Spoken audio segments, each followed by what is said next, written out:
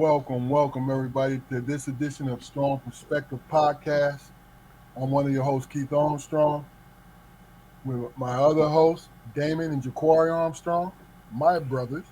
How Hello, y'all people. doing today, bro? All right, man. How you doing, brother? Man, no complaints, man. Quite well, brother. Quite well. Today is part three because we think this is a serious, very important subject to really talk about. This is part three of violence in our community, what our perspective is, what our guest perspectives are. Tonight, we're going to have some young ladies on to get their perspective. They're mothers, they work in the community. Um, uh, we're going to have Monica Crawford on and Alberta Majors. It's one thing about it is, the only drawback of having it on a Friday is people coming home from work. You know what I mean? So these young ladies, they'll be with us momentarily, and we're going to get the show rolling. Um, Let me do some housekeeping. So we have we have we have been doing this for 2 years, and I tell you, it's been a joy for me. You know what I mean? And what I like you two to do is not for too long. Just speak on what your 2 year journey has been for you. I'll be right back.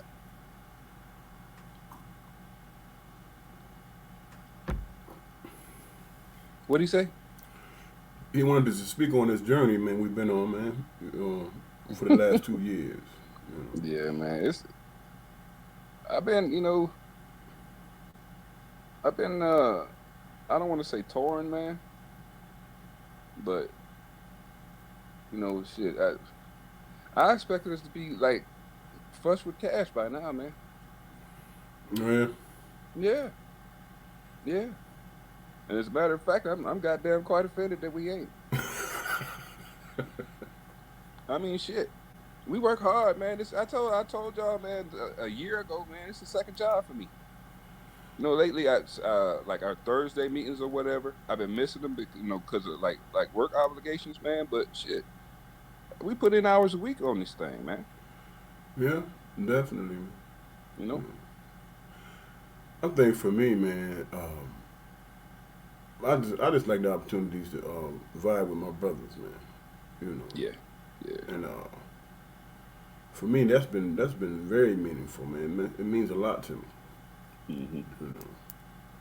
Yeah. And hey, hopefully, sometime soon, people appreciate commentary, man. Mm-hmm. But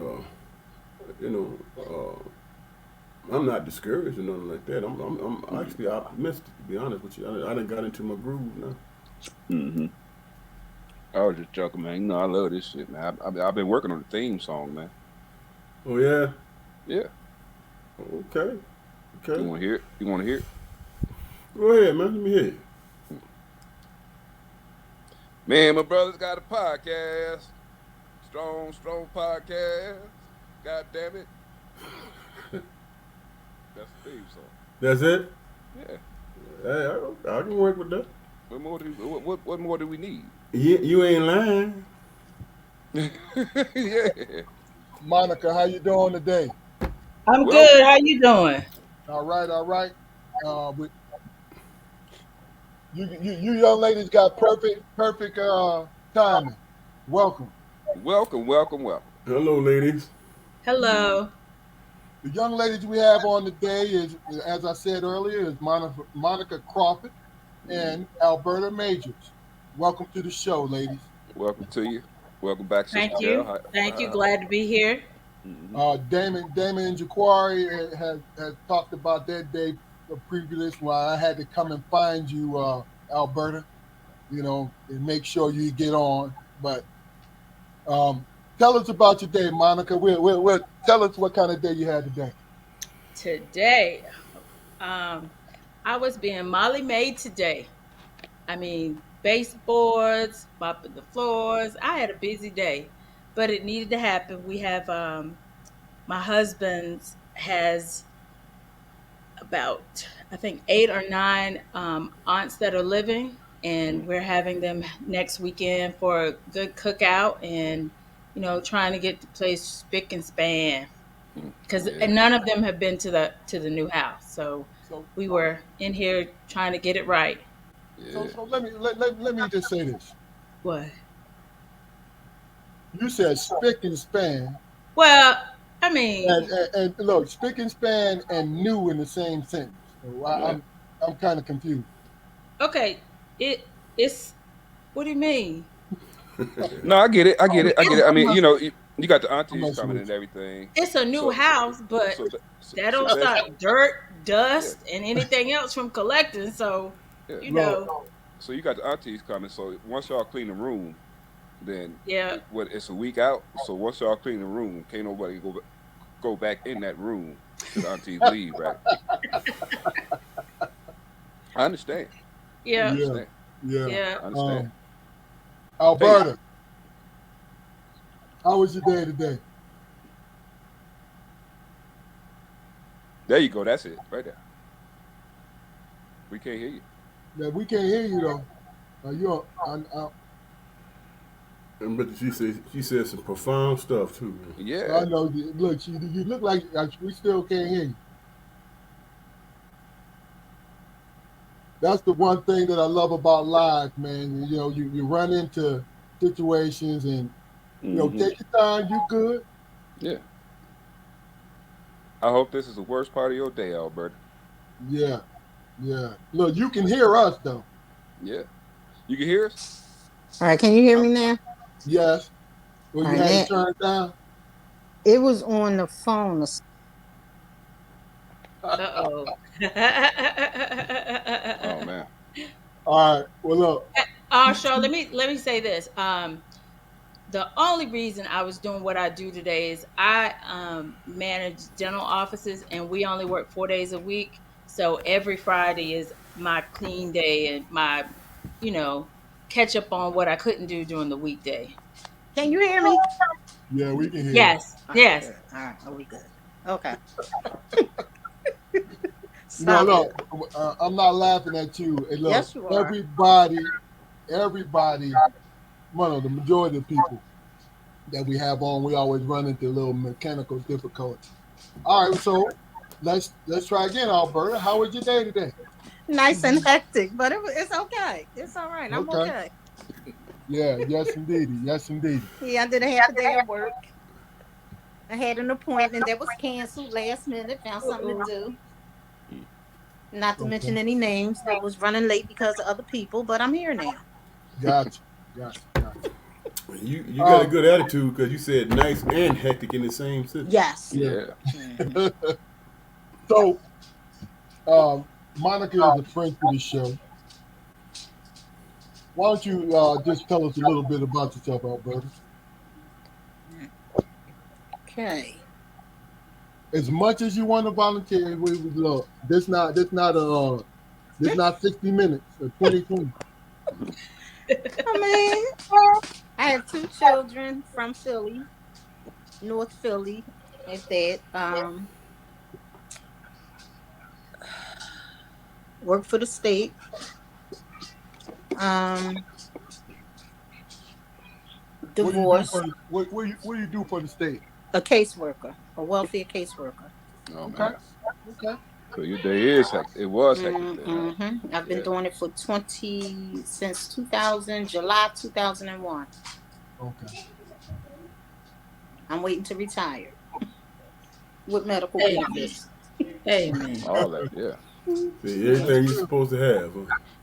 Yes, I don't have indeed. everything I'm supposed to have. I have everything that I need. There you go. Yeah.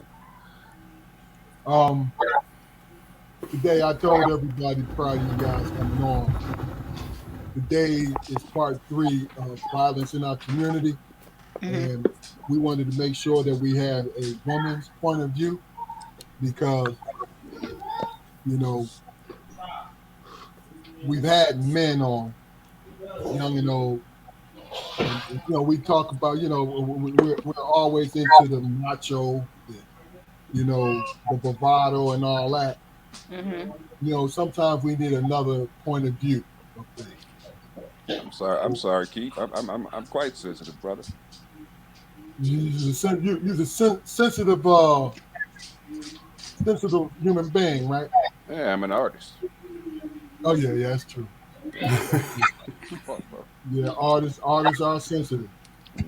Mhm. Most talented people are sensitive though. That, No, I'm not gonna say talented, man. That's like giving yourself a nickname. You can't do that.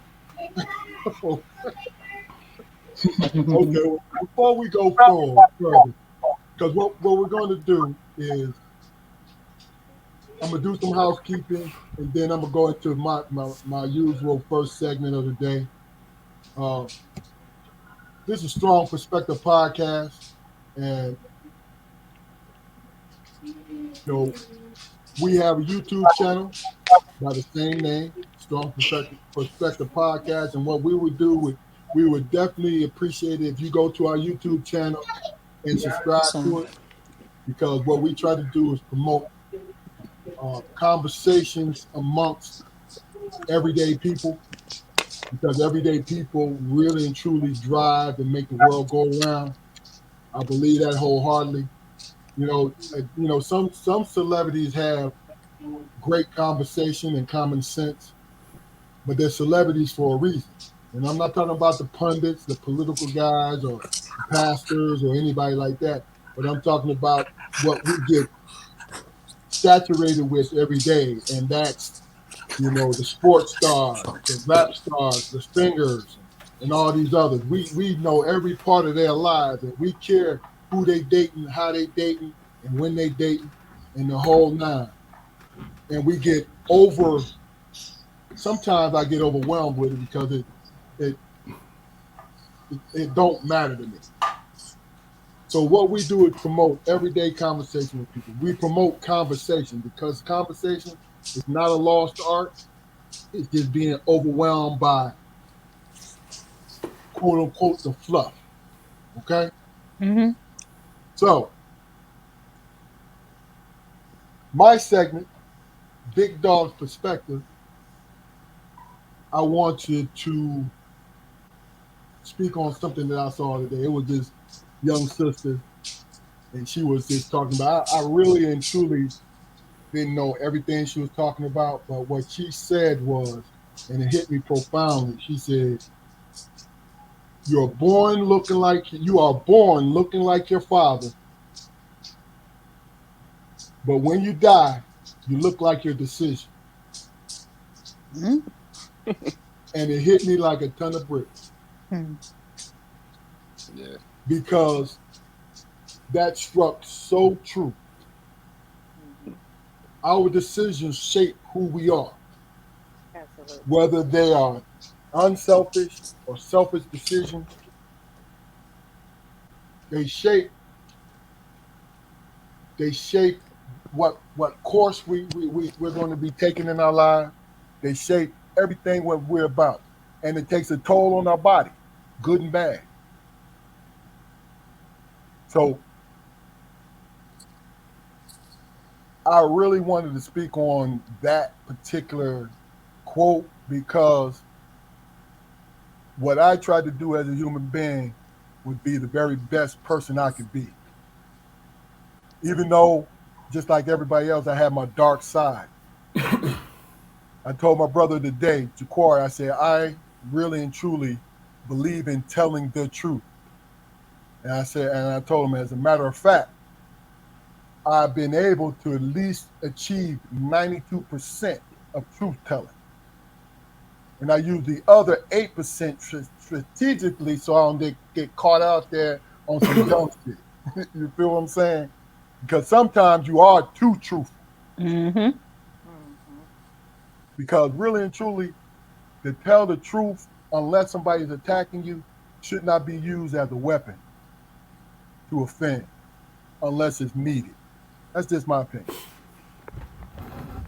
Okay, that's big dog's perspective. And like I said, it's short and sweet, but that hit me though. That was deep. All right, guys, I want to, and I told Damon about this. I want to talk to the ladies about one of the subjects we talked about last night. It was the young lady and her son in Chicago. Well, I found out some more information. Okay. When you guys said to when you said gave your opinion about when we all believe that she actually texted him, If she, yes. Hmm. but she didn't. Okay. She never did Okay. because I saw something today. There's always information out there toward Hmm. the truth. I saw Uh-huh. something today. I sent it to you guys. Hmm. Matter of fact, where when she's sitting up there having this confrontation with the deceased man, right? Right. She saw her son standing in the In the doorway. door, yeah. She said, Get "Go back in the back to car. the car." She said, "Go back to the car." So there's no time in which you think the way it's transpired and the way when the video started, you know, she didn't text anybody, she didn't call anybody.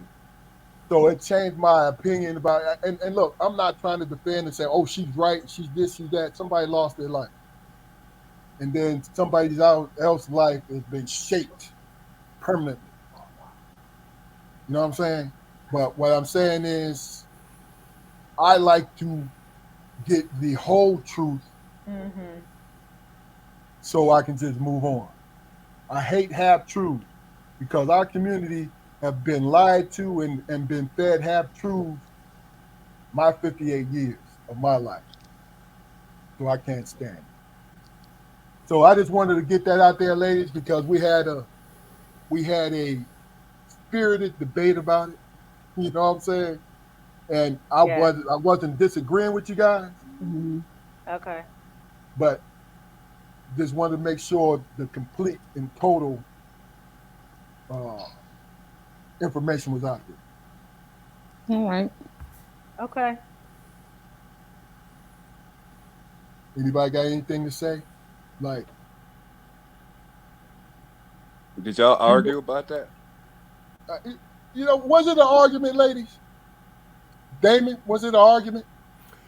Or See, was it we just it was a discussion, man. It wasn't an argument. okay? You know, The reason I why wanted I to make asked, sure. But yeah, go ahead, Jacquard. the reason why I asked was because that's some classic last word bullshit right there, Keith. What's that? Yeah. You want to get the last word in, you got it. I thought that was gonna be funny when I said it, man. I'm sorry. I mean, I just fucked up the whole mood of the show. I'm sorry. I'm leaving. no, I didn't understand that. That's why you got. I have a puzzled look on my face. Nah, I didn't understand what you meant. nah, but I mean, that whole situation was, man, to me, in a nutshell,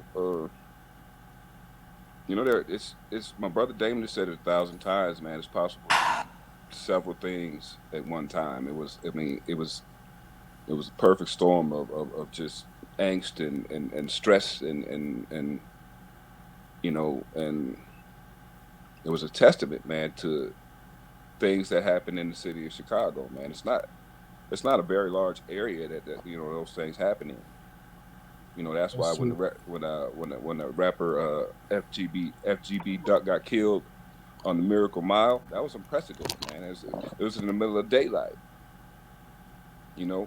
on what's got to be like the equivalent to doggone Rodeo Drive in California. I mean, I don't know if it is, but I mean that's where when people go to Chicago, that's where they go to shop and to spend a lot of money. Okay. So that's the atmosphere. That's the atmosphere that young boy is living in every day, and it's just him and his mama, right? Yep. Hey man, what else was he supposed to do? And it was funny. We're speaking on violence today. That's kind of why I brought it up. We just had a short discussion yesterday. And let me just get your opinion about it. Well, what I want to say is, man, they only showed you certain clips, certain parts of it, man. But Mhm. did she spit on him? Did she hit him first? Did she do anything to provoke it other than speaking words to the man? You know what I'm saying? Mhm. What would I'm just speaking from my own point of view. I don't hit women, man. You know what I'm saying? I'll walk away. You know what I'm saying? Unless they pull a knife on me or something, I got to really, survive the situation. But I didn't see any reason for why that brother punched her in the face like that. You know, and when it happened, and I saw that brother leaving, that's what bothered me more than anything. You know. But hey, look, everybody ain't you, bro. Everybody ain't you. You know what I I mean? know that, man. Man, did you see that old man limp out the way? Hey, look, He look. he You he you le- he limped out the way. You know you what I hold told? You know you what I hold told? the old man Yeah, like I'm comic holding book. that old man to the point where he just said, "Young brother, you wrong, man. All right, man. I'll see y'all later." I'm with that. Man, look, he probably just drawn his Social Security. He's like, shit, these young boys is killing people out here nowadays. Yep. I'm getting the hell out of here. And that's what Yep. he did. Hey, Exactly. and I think about it, and this happened accidentally. We're speaking on violence in our community, and we have some questions and topic that we're going to really approach, right? But this situation that we're talking about right now, and then I want all your opinions, all four of your opinions on it. This situation we're talking about right now, we are somewhat saying is justified. I don't want to put a handle on it, man. It's tragic all around. No, no, You know, no. I some understand that.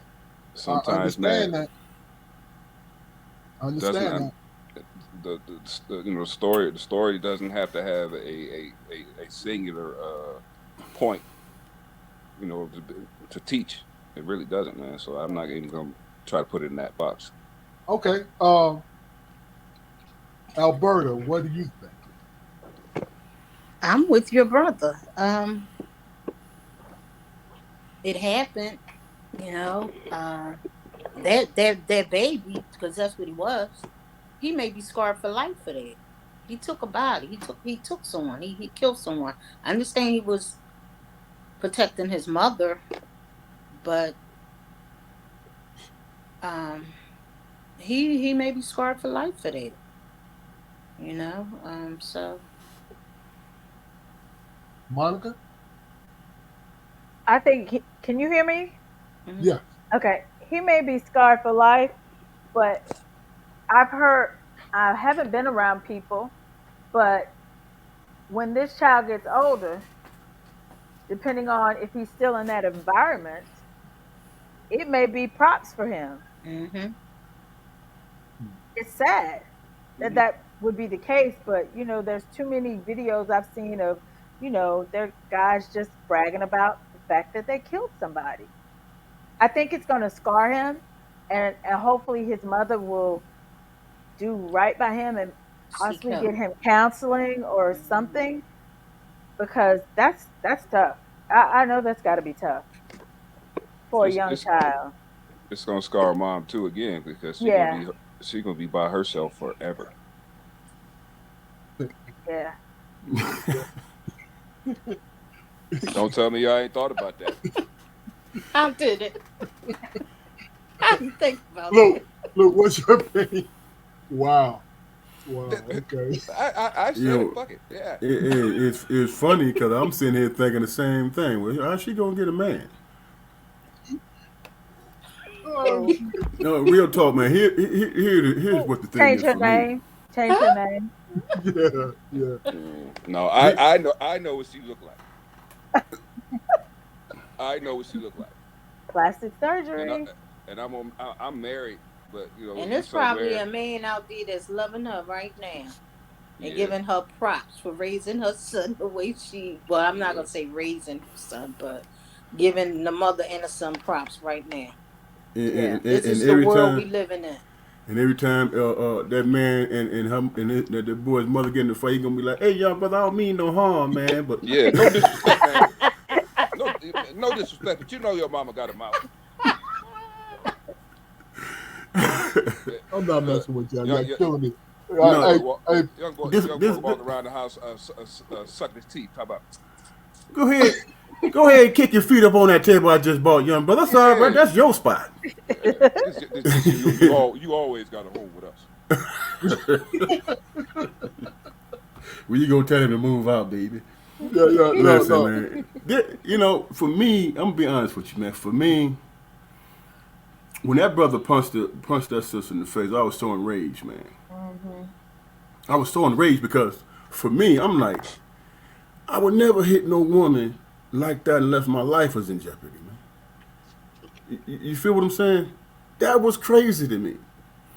So my first reaction was, you know, even though there was a black man, may you rest in peace. Even though it was a black man who lost his life, I'm like, okay, that young brother showed the example of how we supposed to be without black women, man.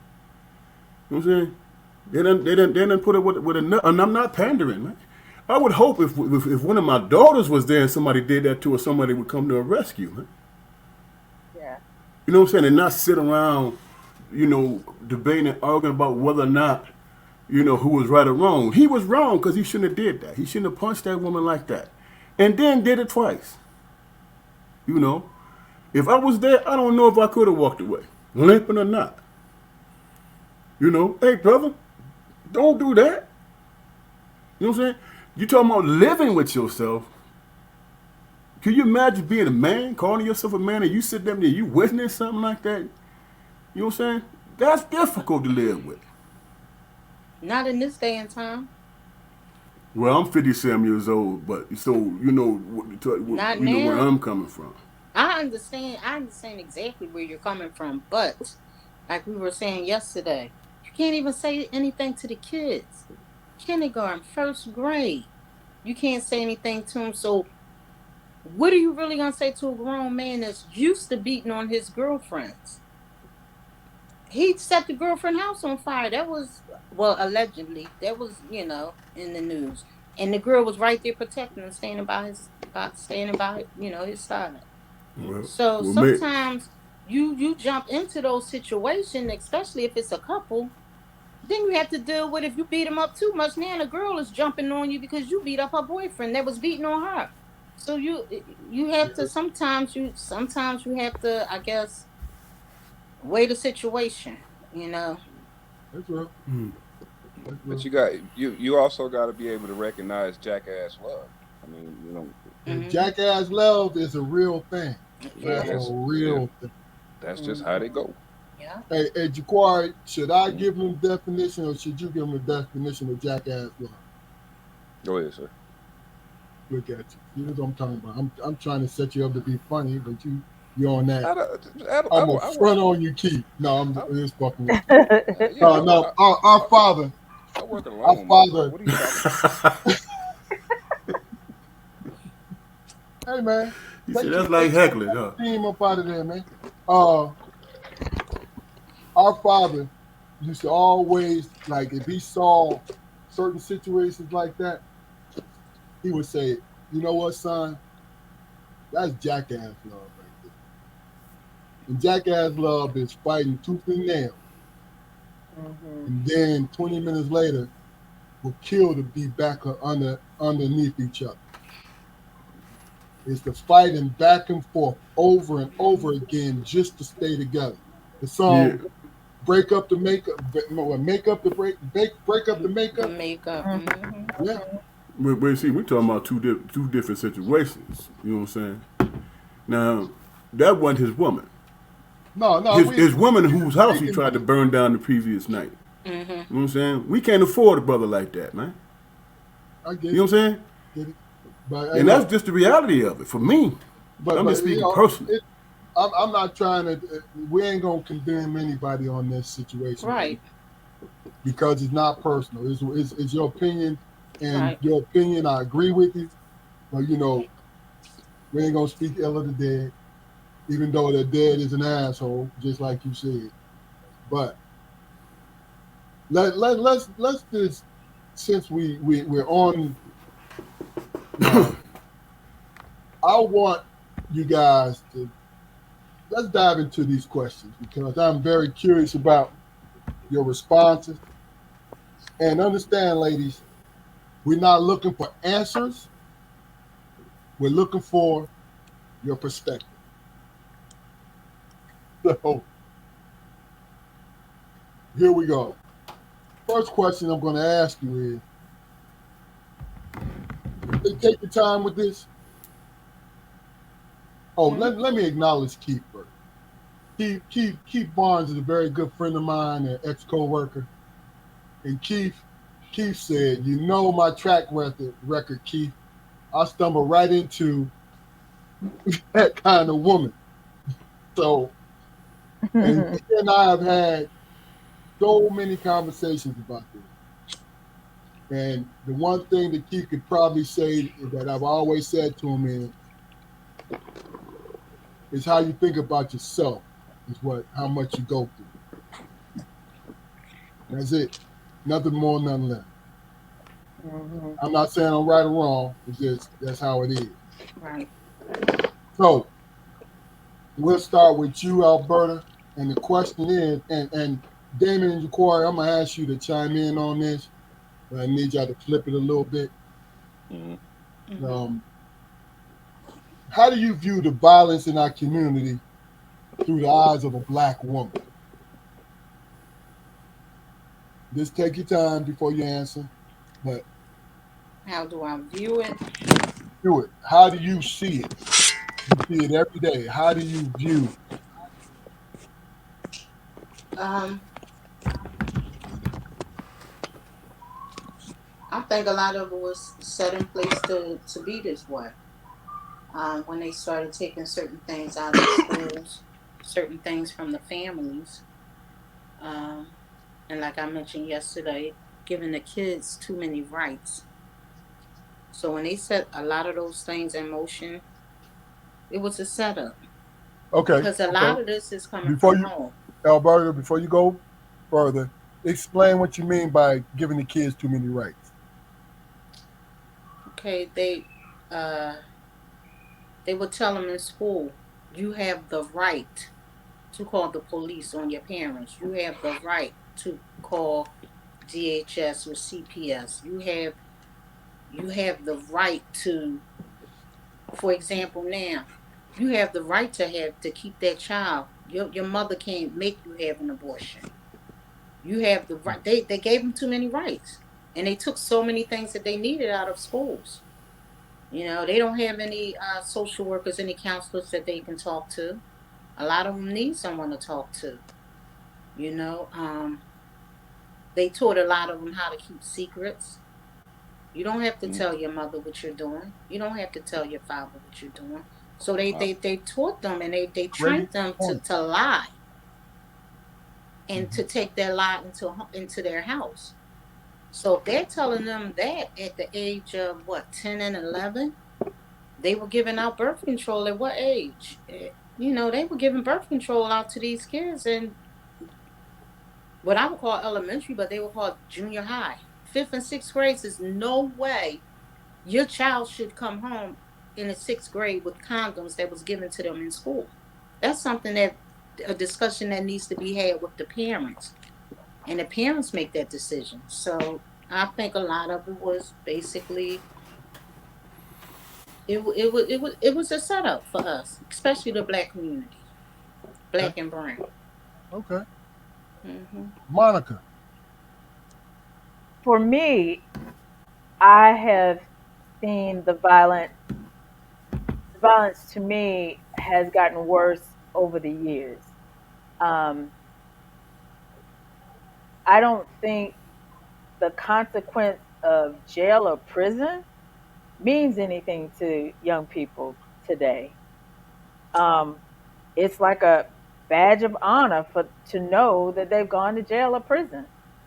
I mean, um, the violence is such that you know um, when if you don't feel safe in your home, where you gonna feel safe? They're shooting up neighborhoods, and stray bullets are coming in and getting innocent people. Okay. Um, I wish I had a solution. I wish we all could have a solution to it all. But that's how I see it. So Okay. I just see that the violence has gotten worse. Mm-hmm. Okay. Damon, I'm gonna go to you, but before I go to you, I want to read what's on the screen from Terry White Scott. She's an educator, been an educator for 26 years, I believe. But things escalate too quickly. No problem-solving skills. No desire to negotiate towards a peaceful resolution. And she's speaking toward children. Mm-hmm. Like she feels as though that's impacts them. Mm-hmm. You know. And we'll go back to that. But Damon,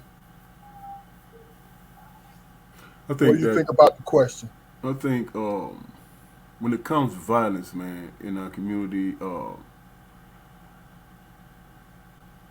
you have to ask yourself. I mean, and I know it's a bold statement. Some people would rather just go on with their normal lives and try to avoid the traps and all that stuff. But at what point, man, do everybody start being a victim? Because it's gonna come to your doorstep. Yeah. You know what I'm saying? It's unavoidable. It's gonna come to your doorstep. So how you gonna respond to that? And these people that's in your homes talking to your kids, you know, and telling them that they had these rights and all this stuff. You know what I'm saying? There are ways to combat that, and the way you combat that is just you hold your child close. You know what I'm saying?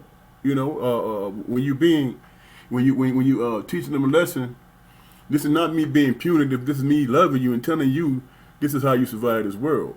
You know what I'm saying? I'm taking that game away from you because you not being responsible. Not, you know what I'm saying, for the household or yourself. And try to weigh out the differences so they understand when that person comes in their house and tell them, well, don't listen to your parents. That's infiltration right there. That's a threat. You know what I'm saying? I'm talking about those homes where, be it single mother, single fathers, two parents in the home. I'm talking about people who are actually parents and doing the very best that they can. Because they could come out your house, they could take your come and arrest you and take your child out the house and all that stuff. But at some point, they got to give them back. They're gonna make you jump through hoops to get them back. But did you ask that kid? Well, how did it feel to be away from your family? You know what I'm saying? How did it feel to be with strangers, people who don't love you, people who pretty much took you out of your house? I mean, there are ways you can try to explain that to the child. But guess what? 30, 40, 50 years old, they're going to be defiant anyway. They're going to be that anyway. They're going to question whatever your rules. They're going to do all that. And it's about having a relationship with that child. And I'm just speaking from my own personal point of view. But as far as violence in our community, listen, man. At some point, we as the people got to decide when we're going to stop being victims. You know what I'm saying? And like I said, I know that's a bold statement, but it's true. It's true. Because these kids actually recognize marks when you're walking down the street. They know who to attack and who not to. They have some idea unless they're ganged up. But what do? Those kids who choose that life, man, they seek out fear. Who they think is afraid of them. I hope nothing happens to a righteous person who's trying to do the right thing. I hope that doesn't happen, and I pray for them every day. But at some point in time, man, we can't, just say, you know what, we're just going to let things happen until it's our turn. Then we being victimized. Okay. Jaquari, I need you to answer the question, and then we're going to go into your halftime segment. Okay. Okay. when it comes to, I mean, I, I really wish it was something that I could say, man, to, maybe not solve the problem, because I don't think that's like a realistic goal to have in a conversation like this, but just to even bring up a new point. I mean, everything's been ran over and recycled 1,000 times, man. Solutions, man. Solutions are never easy. Solutions are never easy, man. We talk about violence from the perspective of young black men and old black men, and now young black ladies. You know, it's obvious that we know that there's an issue, but what are we going to do to solve it? How do we galvanize the whole of the black community to and point them in a direction of making sure we hug our kids before they go to bed and tell them that they're special, and there's other ways to solve problems outside of violence, and there's a certain respect that you give people that you don't know. How do we convey that, on a larger scale? I don't really have anything clever to add to the, you know, No, they can do. to the answering of the question or anything like that, man. It's just perplexing to me, man. You hear me stuttering. That's what happens when I don't really have, my ducks in a row. So I'm sorry. That's the best response I could give you, Keith. Okay. And that's Can just I, honest. can I Please. say something on what he said? The Okay. one thing that they can do and what they should do, they need to start holding these parents accountable. If you have a 10 and 11 and a 12-year-old child committing a crime, especially 1, 2, 3 in the morning, you as a parent, what are you doing? Where are you that your child at the age of 10 is out there carjacking someone? How do your 11-year-old have a gun in your home and you don't know? You don't go through their room, you don't go through their belongings, their book bags. They need to start holding the parents accountable. And I honestly believe if they start doing that, then it'll put a little dent in it. It will put a little dent. But at this point, no one's being held accountable. The kids, and most of them, they already know, depending on what type of crime they committing, they'll tell you in a minute, oh, I'm max out at the juvenile detention center. Oh, they're not going to try me as an adult. In their mind, they thinking, okay, I can do A, B, and C. They put me in a juvenile detention center. I come out, I guess the records are sealed or whatever because I don't know how it works. But a lot of them, they, like I said, they know too much. These kids, they know. And they're learning a lot of it from the parents or the people that are home with the parents, the parents' significant others. I'm not just going to say the mothers and their boyfriends because it's a lot of the dads that's bringing in women around these kids that they should not. But start holding them accountable.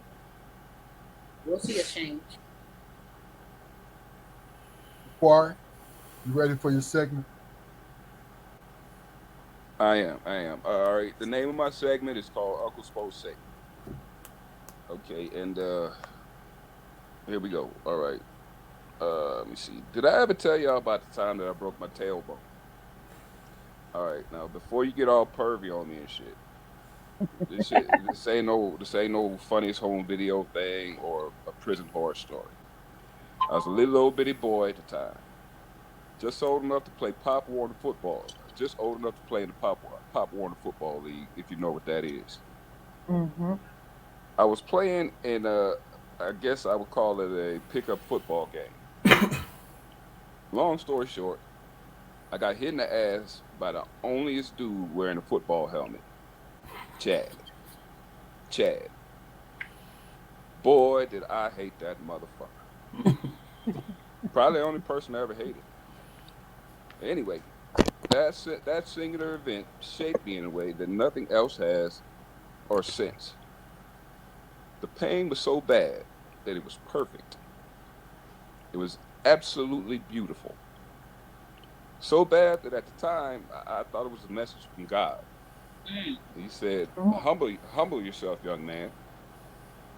I guess I was a cocky fifth grader or something. I don't know. I never told that story. I never told that story to strangers before. Quite obviously because it's embarrassing. But even at that tender age, I was still able to find a lesson in it. The lesson was people, not only kids, but people in general are cruel. And if they see you at a low point in your life, they're gonna kick the shit out of you. Because anything that's low to the ground is an easier target. So even though I was a child, I had to learn to pick myself up and go back to school. I had to show up. I had to start developing my resilience. You know, it's a broken tailbone, right? So I didn't shit at that point. I didn't even know the ass had a bone. The doctor told me that, hey son, look, I can't put a cast on it, but what I can do is I can give you this inflatable donut, and you can take it to school and sit on the donut at school. And I'm thinking like doctor, like what the fuck? You ain't gonna keep me home, motherfucker. So when you think about this scenario, I'm in the fifth grade. I'm walking around, elementary school, with a blow. I heard it all. I heard it all for Wow. 6 weeks. I had to sit on that. I had to sit on that thing for 6 weeks. I didn't even have a name no more. They used to call me broke butt. Oh yeah, fucking laugh, Oh. fucking laugh. Listen, Oh. listen. Ladies, my brothers Oh. are laughing at me. My brothers, Mm-mm. yeah. Come on, bro.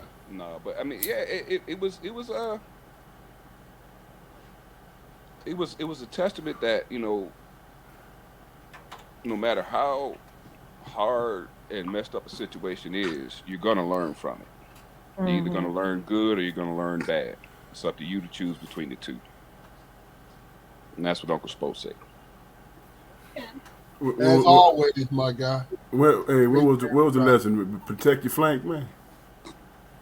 People are cruel, man. You got to keep your eye on everybody because they're going to Damn kick right. you when you're down. Hey, everybody can laugh, but Chad. Yeah. Hey Fuck man, you, Chad. No disrespect. No disrespect. I'd But get he. I still hate that motherfucker a little bit. You know where he at? You know where Chad at? But now you know what? I think you're preaching now. I don't give a fuck. oh, Oh, I well, you didn't say apologize. too Hey, much, look, look. Tuna. No, You no, apologize I now. no. apologize. I Hey, no, apologize. hey. No, wait. I ain't never That known any. Don't none of us know any preacher who was shit before they became a preacher. They was all listen, fucked up. No. Hold on. Now, listen. in all fairness, now Monica's father is a preacher now. So, Yeah, he was a preacher. He's oh, he deceased was. now, but Okay. Oh, wait. I'm sorry. understand, understand that preachers are human beings. Mm-hmm. Yeah, Okay, got They you. were I got children. They weren't I children. You know, my I daddy didn't mean could to step. tell some stories about, Yeah, before he found Christ. He wasn't perfect. He I didn't really right. mean to had step on a that. he really had a testimony. Put it that way. No.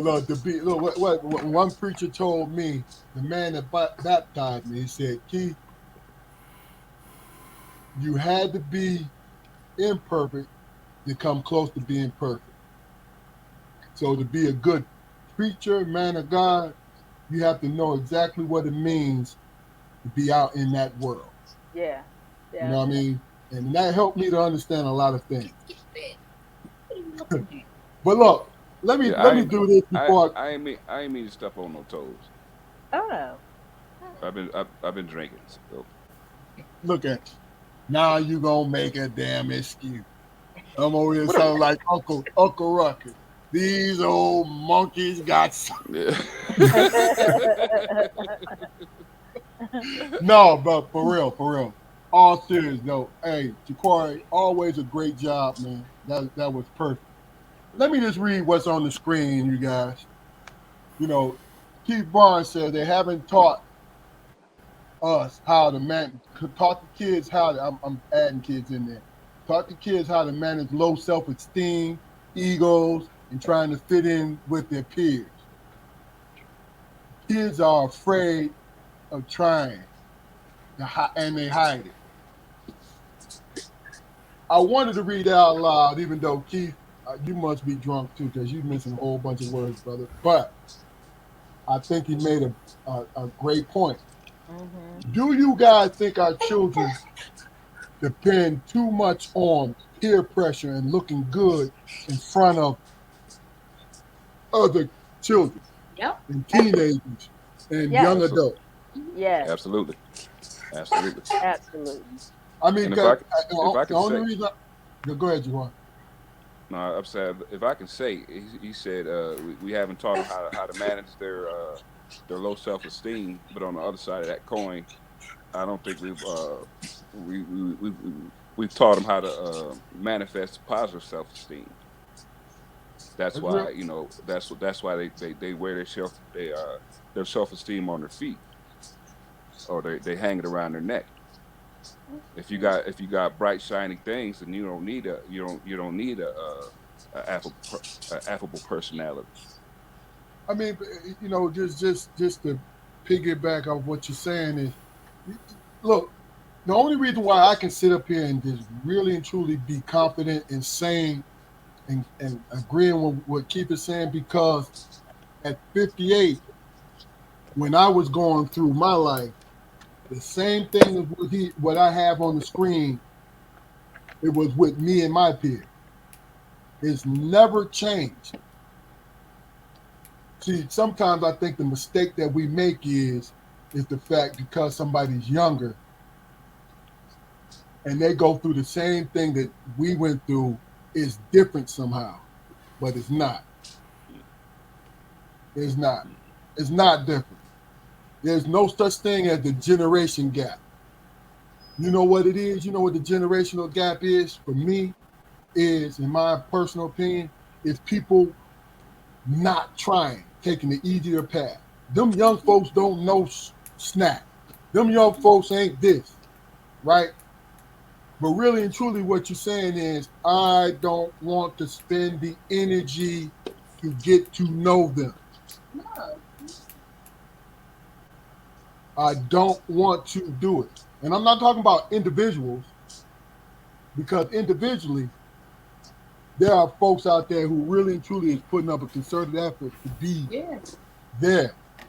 You feel me? Mm-hmm. But when it comes to as a whole, I think the whole take the quick way out. And that's just my opinion.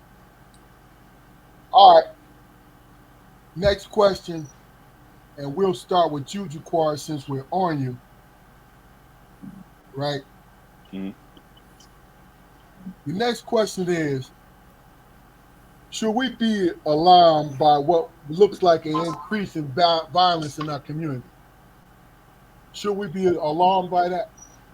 I think, yeah, yeah. If we're not alarmed, then we're dead asleep. I mean, we've our community has never had a solid history of having the opportunity to police itself. And as things get more extreme on our streets, uh, uh, outside factions solutions become more extreme. If you get what I'm saying, uh, as I don't even know the right word. The way as messed up as it might seem, in other ethnic communities like Little Italy or Little China or Chinatown or Koreatown or little a little what have you. They have a sense of community, and we have a sense of community, but they also have a sense of they a sense of justice. They don't necessarily talk to the police like us, but when something happens in those communities, the perpetrator gets dealt with. It happens. Doesn't happen in our community.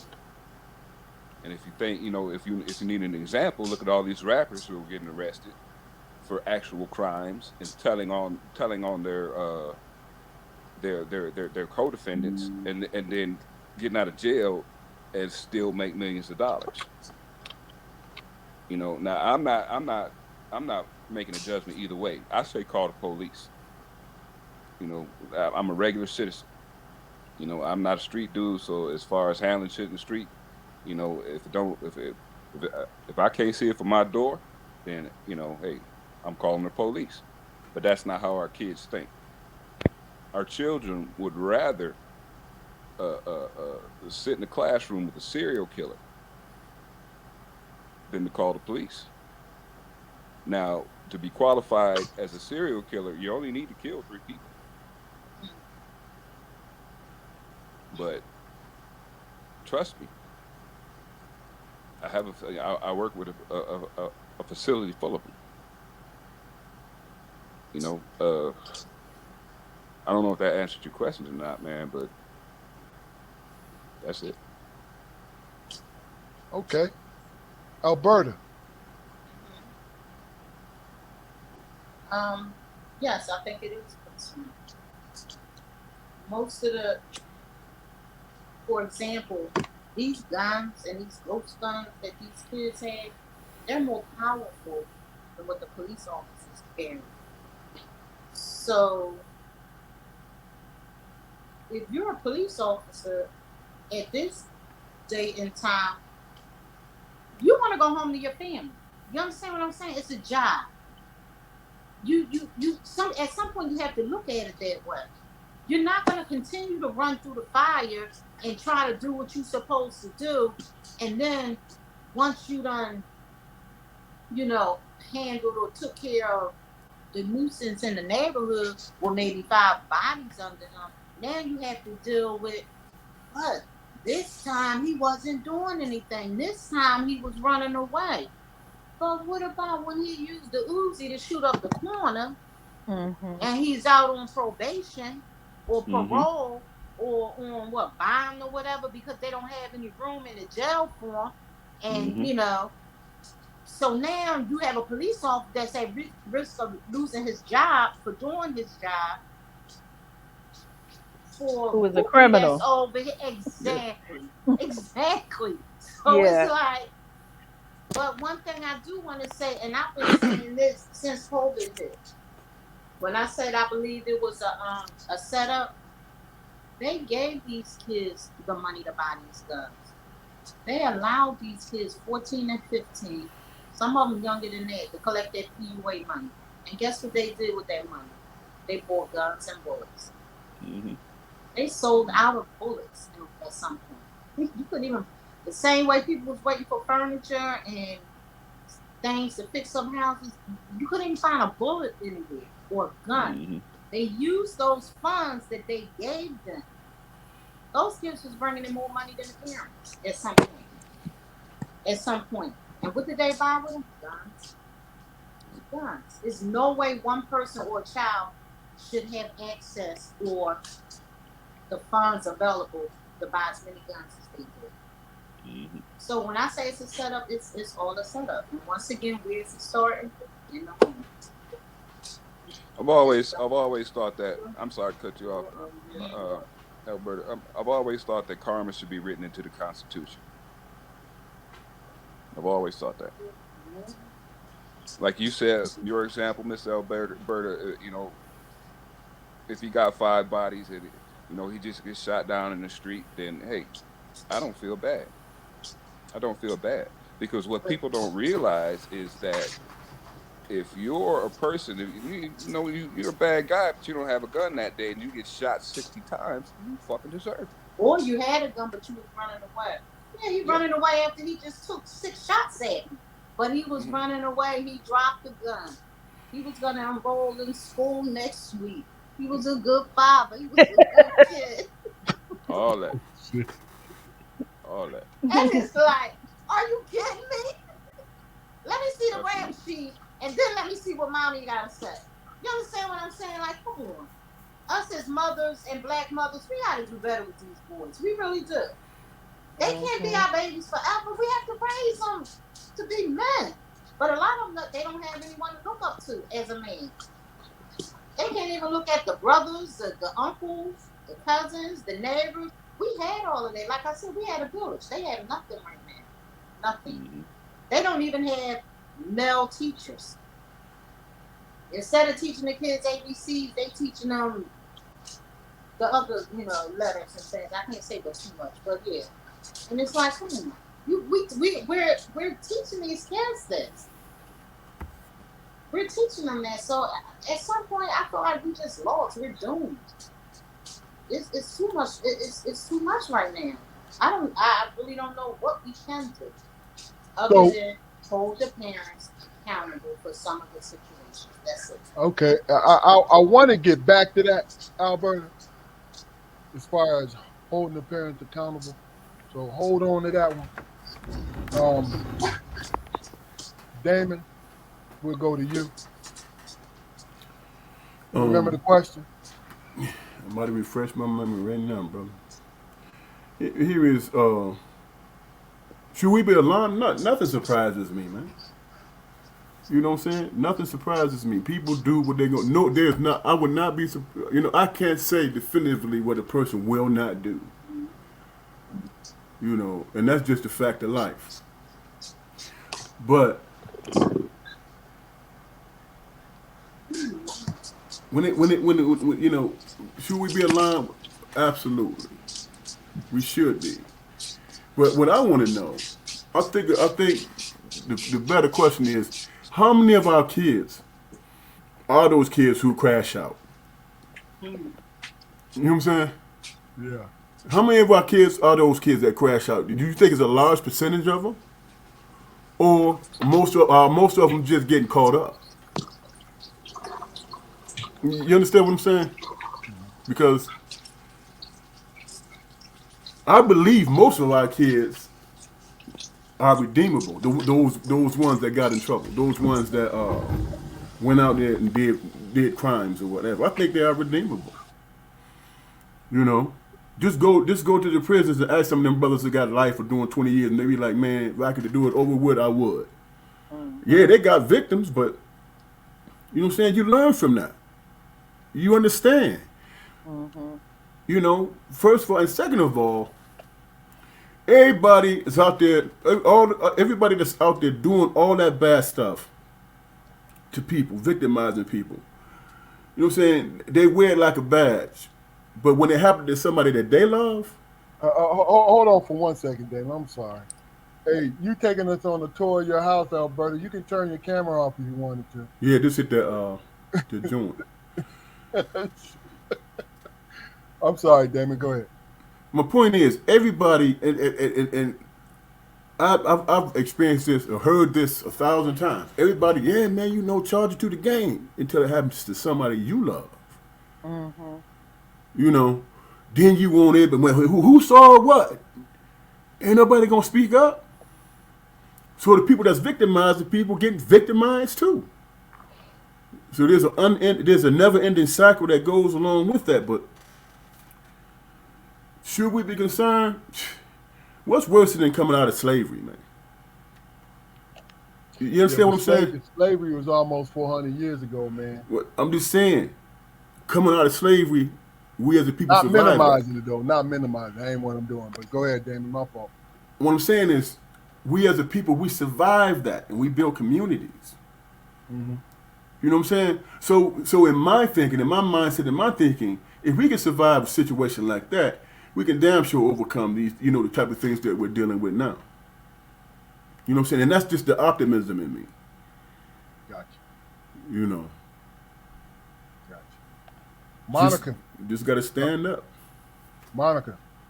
I think that I know that violence has always been in our community, but I think that the violence has escalated to where you can't turn on the news every day without hearing about violence in our community. I mean, you heard about it before, but I think now of course, we have to go back to social media. The the violence has gotten even more because people want clout. They're gonna put it on, um, guys on Facebook and all the other places waving around guns. It's not guns. I think that they just got in their hand just to show.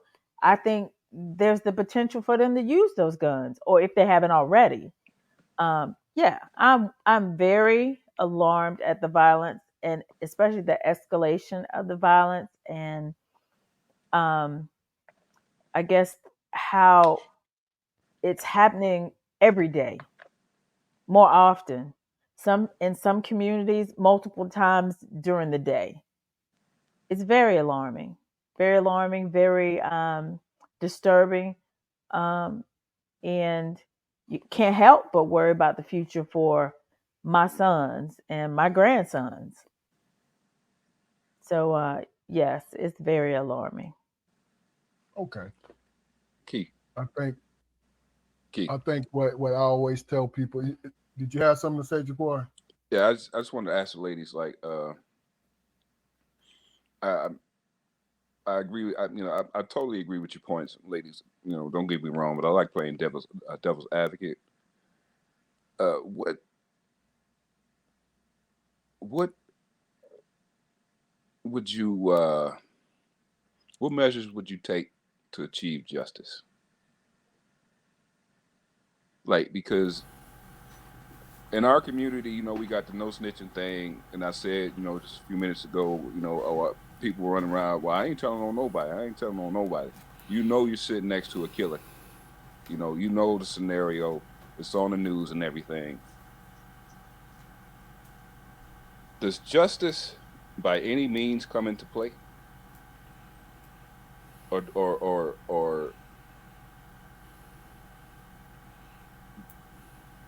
do we continue trying to address those issues with compassion and education? Which one? Which one is more important, justice or compassion?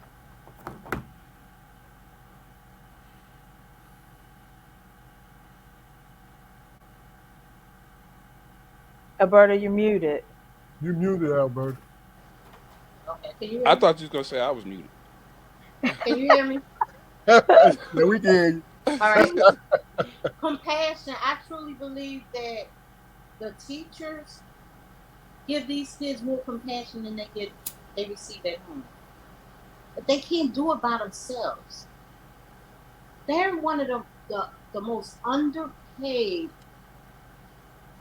professions out here. Yet you still have kids that are going to school to be teachers. They're trying to make a change. But they can't do it by themselves. And some of the kids, I truly believe, they do deserve a second chance. They need someone to talk to explain to them. A lot of them don't know right from wrong. These kids at the age of 2, they can take a phone out of a box and do a video on a phone, but they don't know their Hmm. ABCs. You understand? They give them an iPad. Get on your iPad, leave me alone. They on that iPad from what, age 2 until they can put them in pre-K or daycare, CCIS. At what point are you sitting there with your child? Hmm. They don't do it anymore. And one thing we had, like I said, we had a village. We were willing to do it together. Nowadays, because of so many kids raising kids, they don't have an outlet. They don't have anybody. And a lot of the parents need hugs. They need help. They need help. I had a woman, a client. She was about 30 some years old, and I called her because I didn't quite understand what she was asking in one of her applications. And she told me, she said, "Thank you so much for calling me." She said, "Because I didn't understand it. I didn't complete school. I have 2 kids." She said, "I can't read and write the way I should." She said, "I'm glad you called to ask me that question." And she explained to me, and we worked it out. But what if I was somebody that just said, "Oh, well, this is what she said, no," and reject her case when I knew clearly this woman needed help? Hmm. She was eligible. But I took it upon myself to reach out to her. Not everyone is willing to do that. They're not willing. So where they gonna get it from? We had our aunties and uncles. We had our village, our grandparents. They have so a lot of them have no one, no one. You know, even the ones that's in the system who foster care. I did foster care. I had a child that was they were trying to do what they call reunification with the parents. He didn't want to go back home. He wanted to stay with me. So he lashed out in school to do what he needed To stay to with you. do to stay in the system because he didn't want to go home. How many kids do you have like that?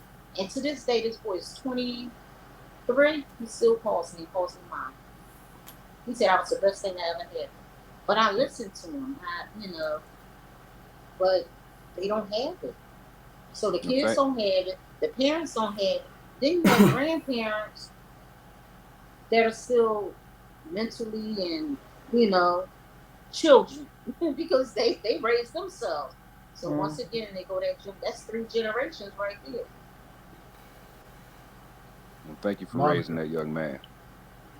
I think that definitely if we are giving them compassion as they in their younger years, we won't have to give them justice in their older years. So in the younger years, yes, definitely compassion. In the older years, when these kids know better, um, they got to suffer the consequences of their actions. And sometimes it's life, sometimes it's death because they are out in the streets and they are committing violence and they're out there in a violent area or, where violence is happening, they're likely to not survive. I mean, it's terrible. We're losing So, so many young kids. look, I'm retired law enforcement. I was in law enforcement for 30 years, and it's easy when you work in law enforcement to do the black and white of things, right? But fortunately, I'm a black man and understand by having the great parents that I had the plight of the black man throughout this country. So I've understood what justice was, but I also understood the other side of it too. See, me personally, I do not believe in giving somebody a break because their life is hard when they break the law, Mm, mm, right? Most importantly is my interpretation of it. If you had a victim, because if it was a victimless crime, and it is, I have other retirees and current guys who will disagree with me, but having marijuana is a victimless crime. If you're smoking, it's victimless. I would give you a break, not because I wanted you to look at me as this, this good guy, and I'm condoning what you're doing. It has nothing to do with that. It's because I was raised by good parents, understanding that we are born not behind the 8 ball, but at least 3 paces behind. That's what I've always understood. Justice only, to me, only pertains to how the victim sees it. Because the state and the country can be victims when it comes to narcotics and different things like that. I don't put myself on the side of justice. What I do is understood that I was a band-aid to bring people comfort when I could bring them comfort, right? But I do that as a man also. I would just want, I just wanted this to just comment a little bit on the question that you asked, Corey, because really and truly that's tricky. Because Damon said it earlier, it depends on what side you was on. You know what I'm saying? Now I have a question, and we'll start with you, Damon. The way, and we're speaking from the violent part of it, the way a child, a boy and girl, turns out violently, is it the mother's or the father's fault that they turn out that way?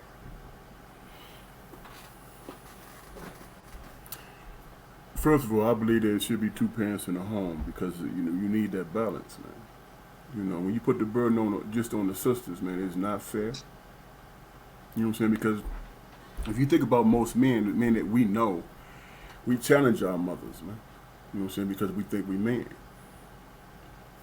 Where's that male there to say, no, you ain't gonna talk to my wife like that, or you ain't gonna talk to your mother like that, or whatever? Where's that man at? You know what I'm saying? That's missing. And when our sons mess up, or daughters for that matter, you know what I'm saying? You don't come to their rescue. Hey man, don't touch my son, or don't put them handcuffs on my son. If they did wrong, they gotta deal with it. I'm one of those guys. Whenever I got if I'm dealing with some young cats in the streets doing whatever, I tell them the truth. Hey man, you ain't cut off for this. You know what I'm saying? I know you. You ain't cut off for this, bro. You gonna find out. And when you find it out and you locked up dealing with it, you gonna be saying, hey, Mr. Armstrong said this. And I've had young cats come back to me and say, man, you said what you said, man, I should have listened. I said, okay, that happened. What you gonna do now? You know what I'm saying? Because some of our kids who get locked up, they don't get locked up forever. Man. You know what I'm saying? Okay, Damon. Is that the answer to my question? I answered your questions. I said you need both parents in the house before you can have that balance, man. So your answer is yes, the parent is responsible for the violent behavior of the child. It's kind of a loaded question, but absolutely, I asked it on purpose. they responsible for it, man. Because where do because you have them there in your presence. The first thing, the one thing that should be difficult for any parent is to not give up on the child. Now, in some cases, you know what I'm saying, you got to let them go. You know what I'm saying? You got to let them go. In some harsh cases, you got to let them go. Ain't nothing you can do about it. You know what I'm saying? But if you there and you consistent and you consistently saying the same thing and the right thing over and over again, at some point you don't think it's going to sink in? Okay. You know what I'm saying? In the meantime, they might get caught up and get a charge here or there, but they're gonna still keep living if they don't get their life took, right? You know what I'm saying? You do 5 years, you get out. What you gonna do, man? You 27 years old, you did 5 years. What you gonna do with your life, man? You know what I'm saying? Because you can work another 30 years. You know what I'm saying? And retire from the job. And won't be no old man. You still got a life ahead of you. So what are you going to do with yourself? You know what I'm saying? You decide what you're going to do with your life. You decide whether or not you're going to go out there and victimize somebody or you're going to go out there and be, a good citizen. I think most people would choose the latter, man, if they had means and if they believed in themselves. Okay. Monica. What's the question again? When it comes to parenting and just from a mother's point of view, do you feel the violent tendency of your child is the responsibility for the mother if he only has the mother or father or just the parent, period? In some cases, yes. I would say it would be our responsibility. If we are definitely consistent in raising our child, not letting our child raise themselves, then I think so. There's another side that if a person that you if the child that you're raising has these violent tendencies when they're younger and they keep growing up and you see the violence that they're committing escalating, that's that's a I think that's a violent tendency that you might not have any control over, because then it has something to do with their mental. Um,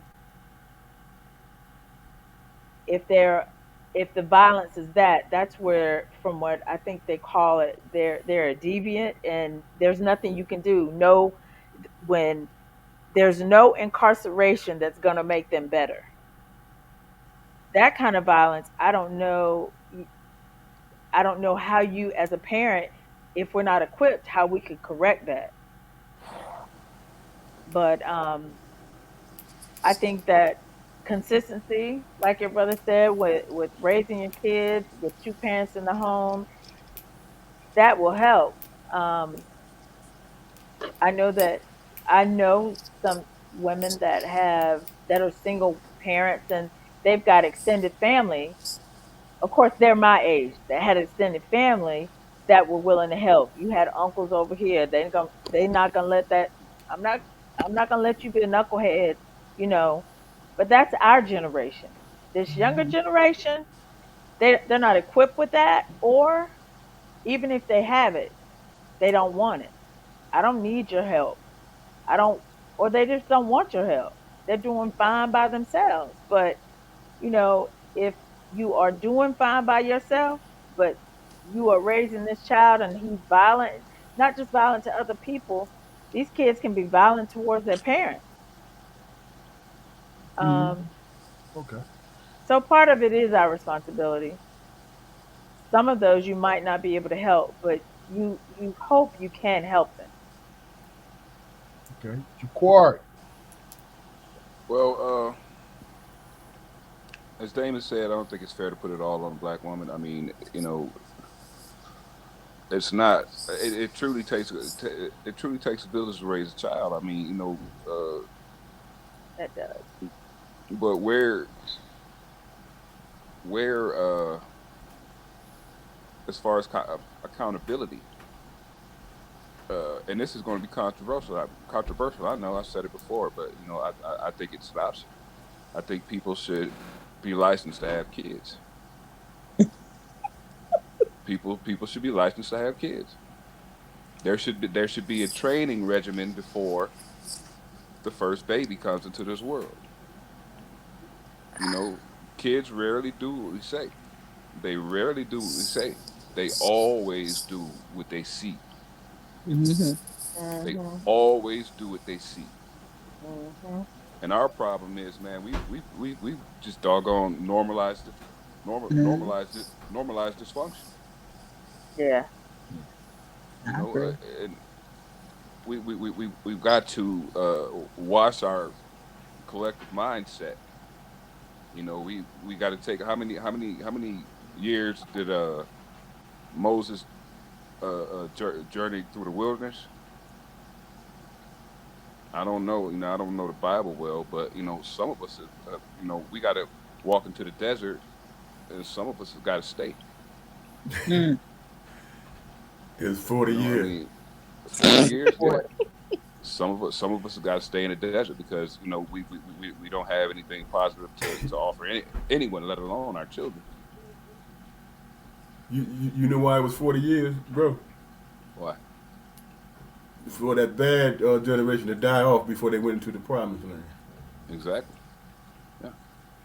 That's that's like drastic right there. That's not drastic. It's biblical, and that's the answer to our issues. I mean that You they're say that's biblical. God.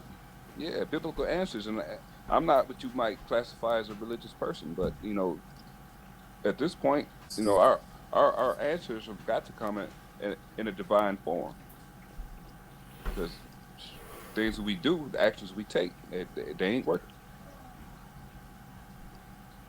Alberta. The question was the mother or the father. Yeah, and that's the thing about it. Don't misunderstand the question. It's from your point of view. You It's know, whoever raised the child. okay. Sometimes it's not the mother, sometimes it's not the father. Um, I wouldn't say blame either person, but take some type of accountability. Some children, some children they come out and they just can't be helped. Some children come out with certain issues and they just can't be helped. They different mental issues and other things.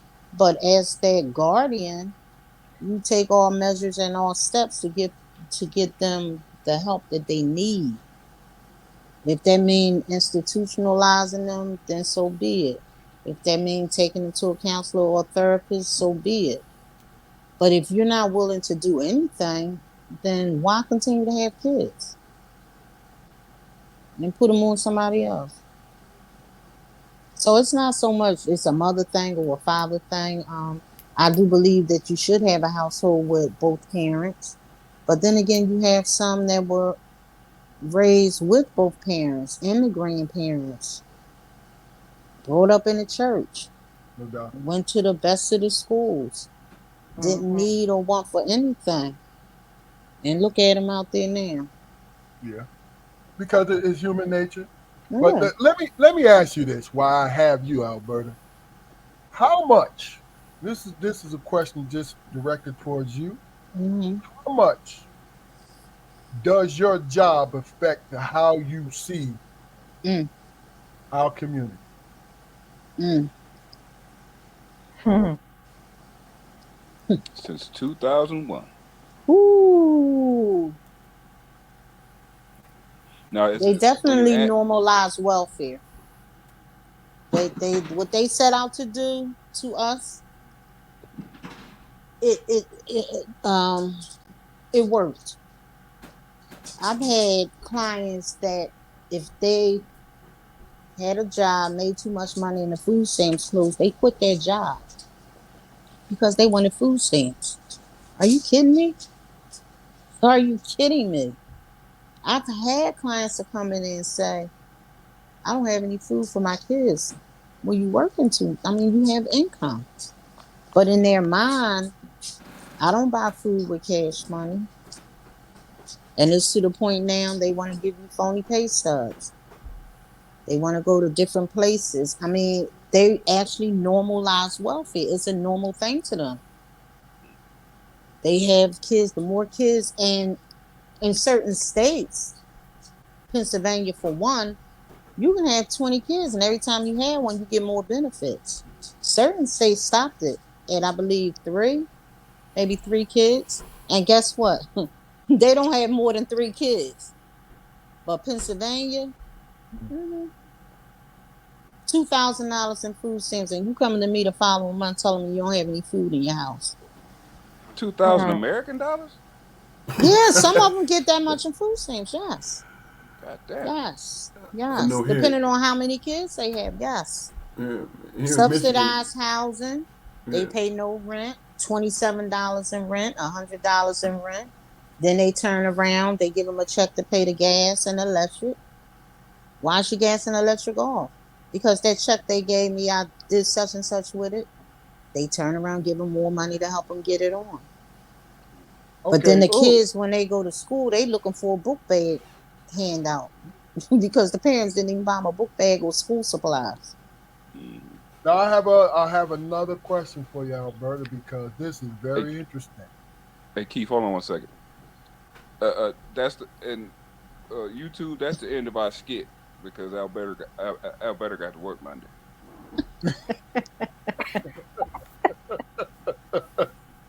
It was all just play acting. We was playing It funny. was That's all, all it yeah, and was. we discussed it before we started, and Yeah. we was gonna let Alberta be the bad guy when it comes No, to it. I'm not But the bad guy, but you but, know what? but look, No, But But look, man. in my line of work, hold on, before you I'm go just on, messing with you. I'm go just because messing ahead. with you. Alberta, you on the roll, Go so ahead. I need you to answer this question for me. Go ahead. All right, now let me put it from this. Uh, as a law enforcement officer, Mm-hmm. I have had to understand that I've had to deal with people who make the wrong choices every single day because it's Mm-hmm. my job. Mm-hmm. Period. Right. So I had to get to the point. I had to get to the point to understand that in my vision, my law enforcement vision, it was only limited to my gauge and my patrol area. Right. Okay. It was not the world. Mm-hmm. It's limited to my patrol area, right? Mm-hmm. Mm-hmm. So I had to understand, and it really is not really a question, just I want you to comment on this. I had to understand that the percentage that I see is not the percentage of the rest of the county, but where I worked. Mm-hmm. And it's a very small percentage. Mm-hmm. You're absolutely right. Okay, But they don't put that out there. got you.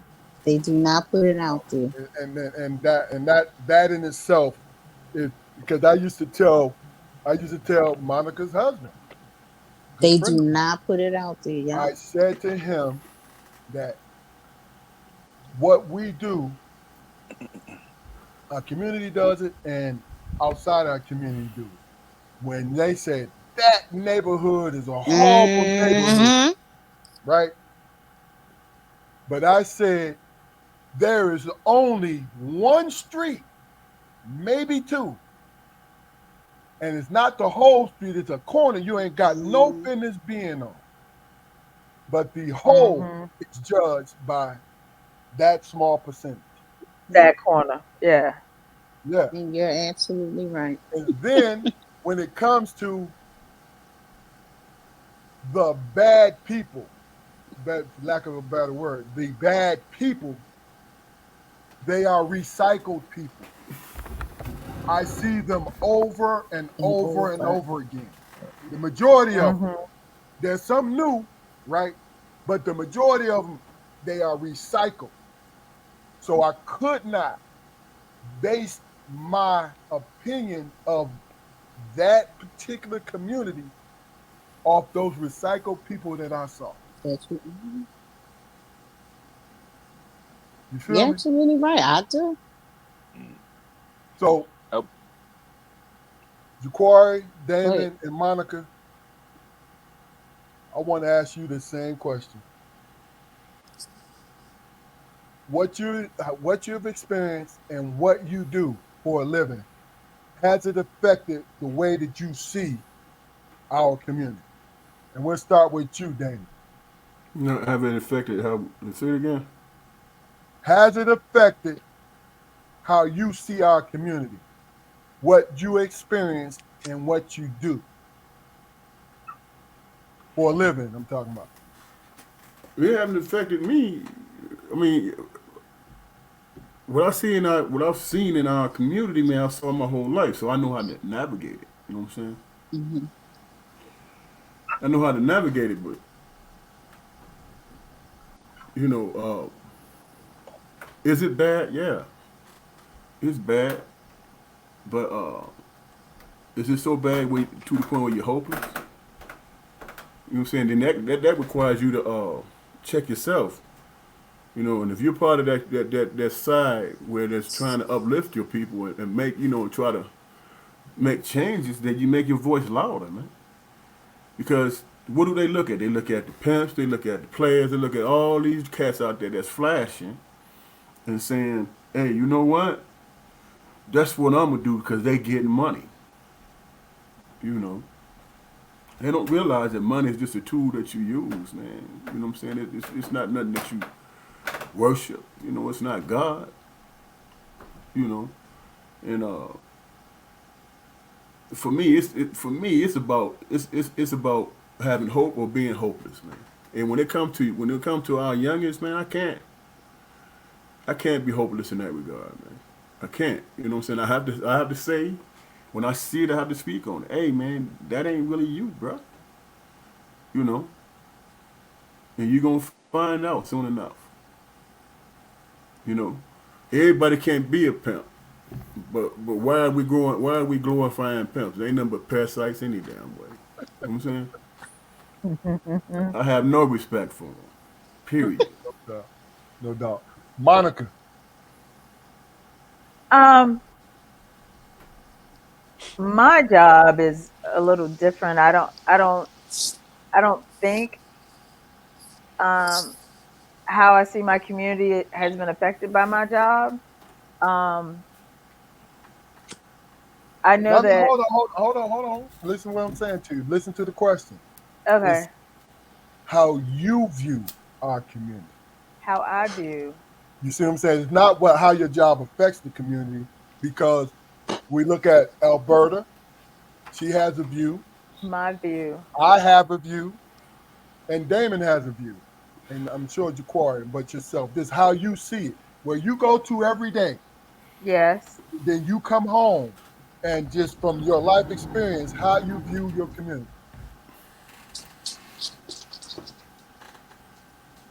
I from from my viewpoint, um,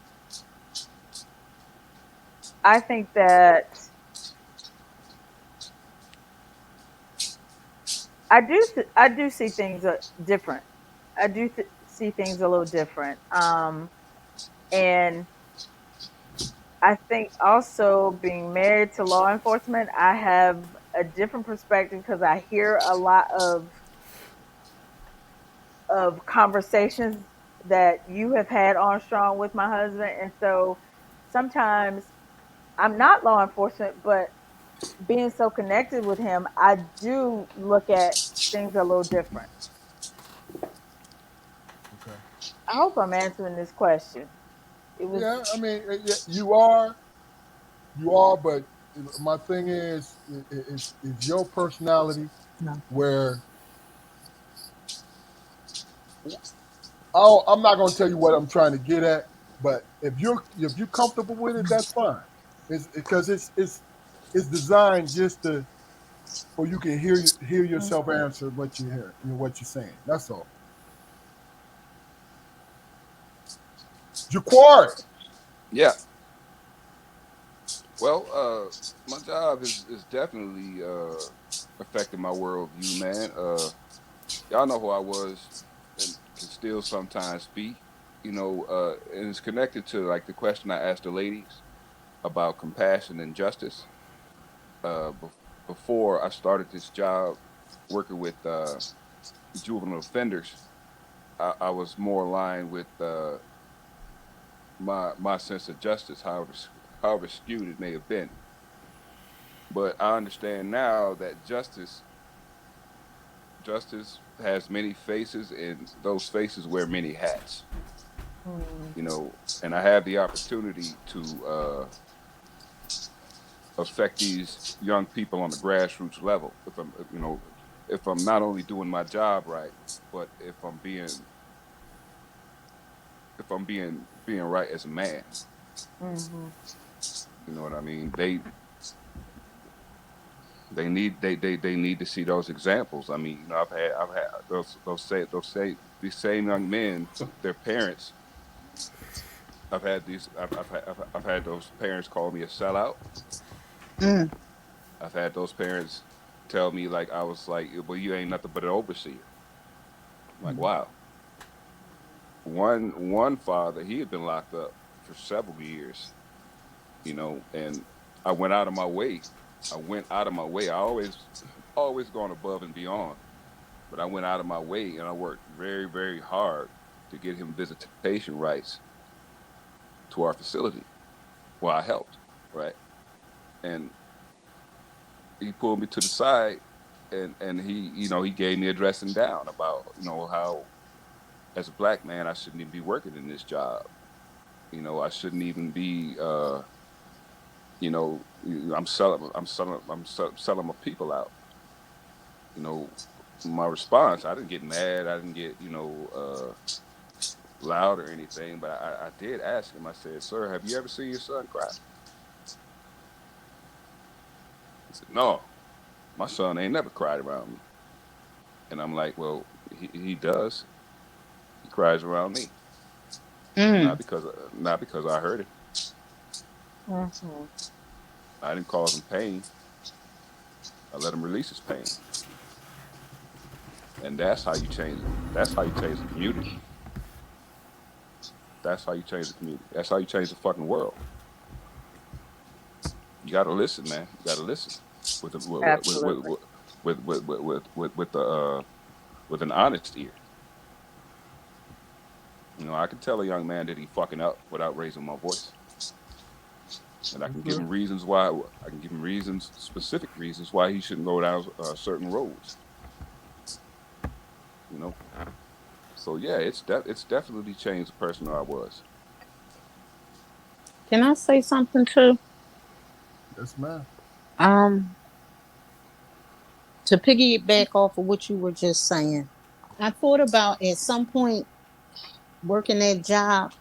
It was a time when, and I really didn't even think that I was doing it, but I think I was discriminating against men coming in applying for benefits. I And it wanted took, to ask you. Oh, I'm yeah, sorry. Go ahead. it took for men, it took for men to ask me, what's wrong? Am I just mad at men? Am I bitter? And I Mm. never forget this one man asked me that. I said, no, but I have an issue with single black men, able bodied, coming in here getting applying for benefits. But I couldn't do that. It I at mean, some were point, they black men, Alberta? yes, Okay. single black men. Okay. Some of them were getting back on their feet, um, but the ones that were just doing it just to do it, and it took it. I had a coworker come to me, and he pulled me to the side, and he said, "You know what? I have never seen." And he's been working there long. He's actually retired now, but he told me, he said, "I have never seen so many black men cry." And I said, "What do you mean?" He said, "I've never seen a worker make black men cry." And when he told me that, I said, "You know what? I have to change. Maybe it's the way I'm approaching them or what I'm saying." I wasn't trying to belittle them or make them feel like they weren't worth anything,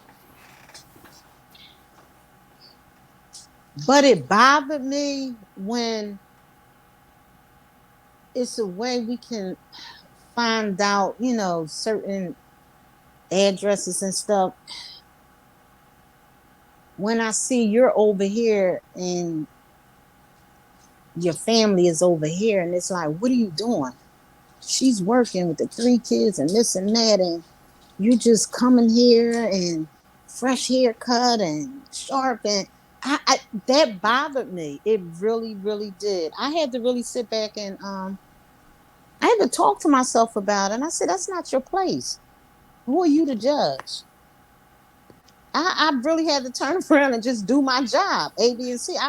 Because at some point I was really starting to judge a lot of them, and it got under my skin because I would see the women coming in there with the kids and trying to keep them together and do this and go to programs and try to get child care, and they crying, the baby's crying, and that bothered me. It really did.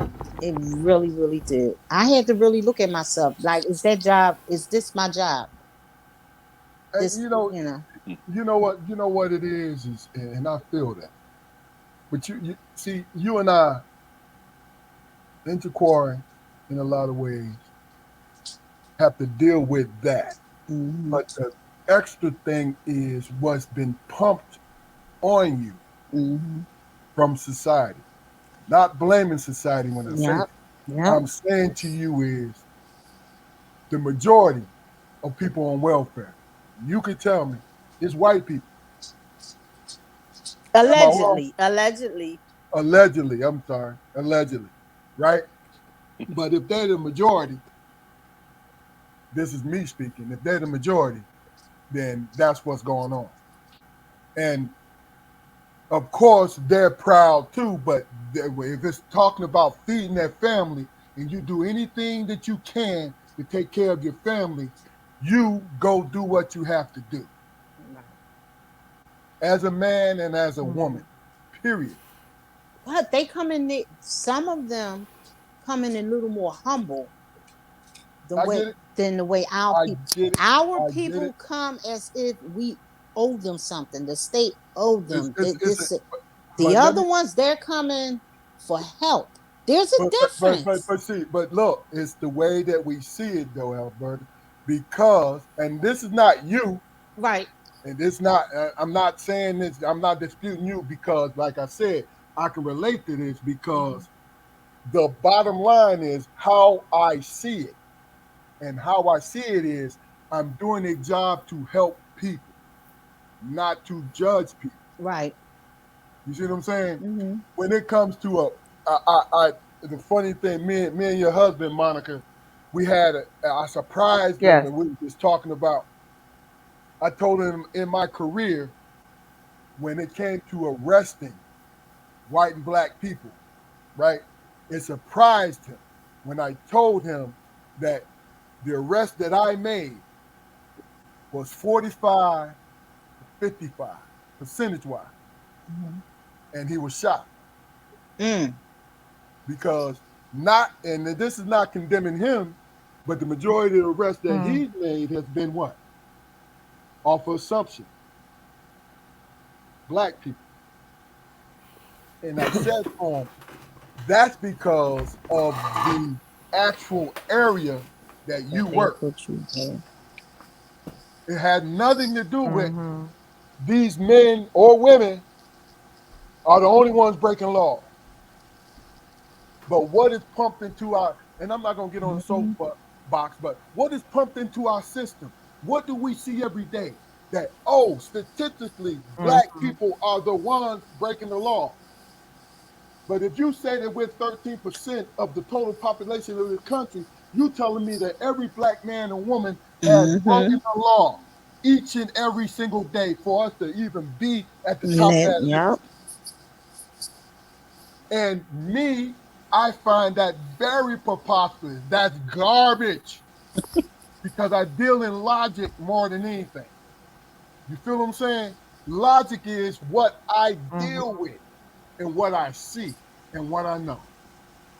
You know what I mean? And like I said, I'm not going to get on my soapbox, but we judge ourselves. That's what's disappointing to me. We judge ourselves by the opinion of other communities. It's not our opinion.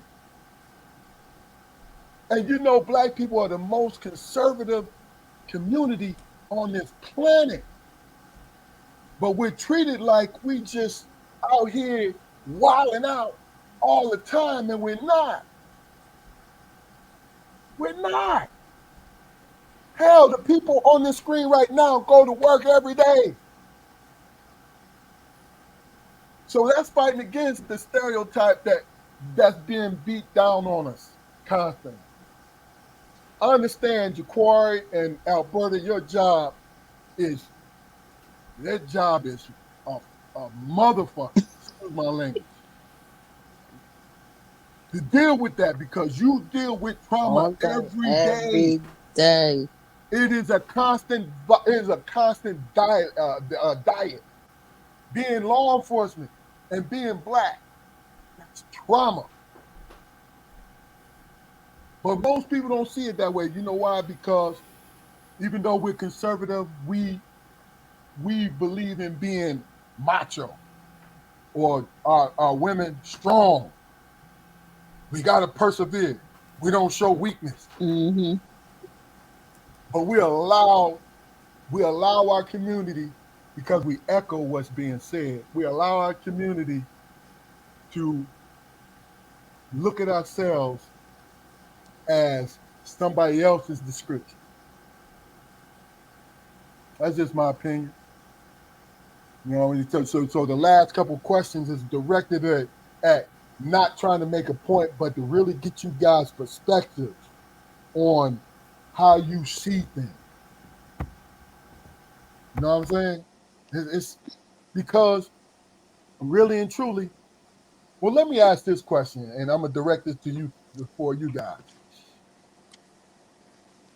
And we winding down, guys, but just to let you know, when it comes to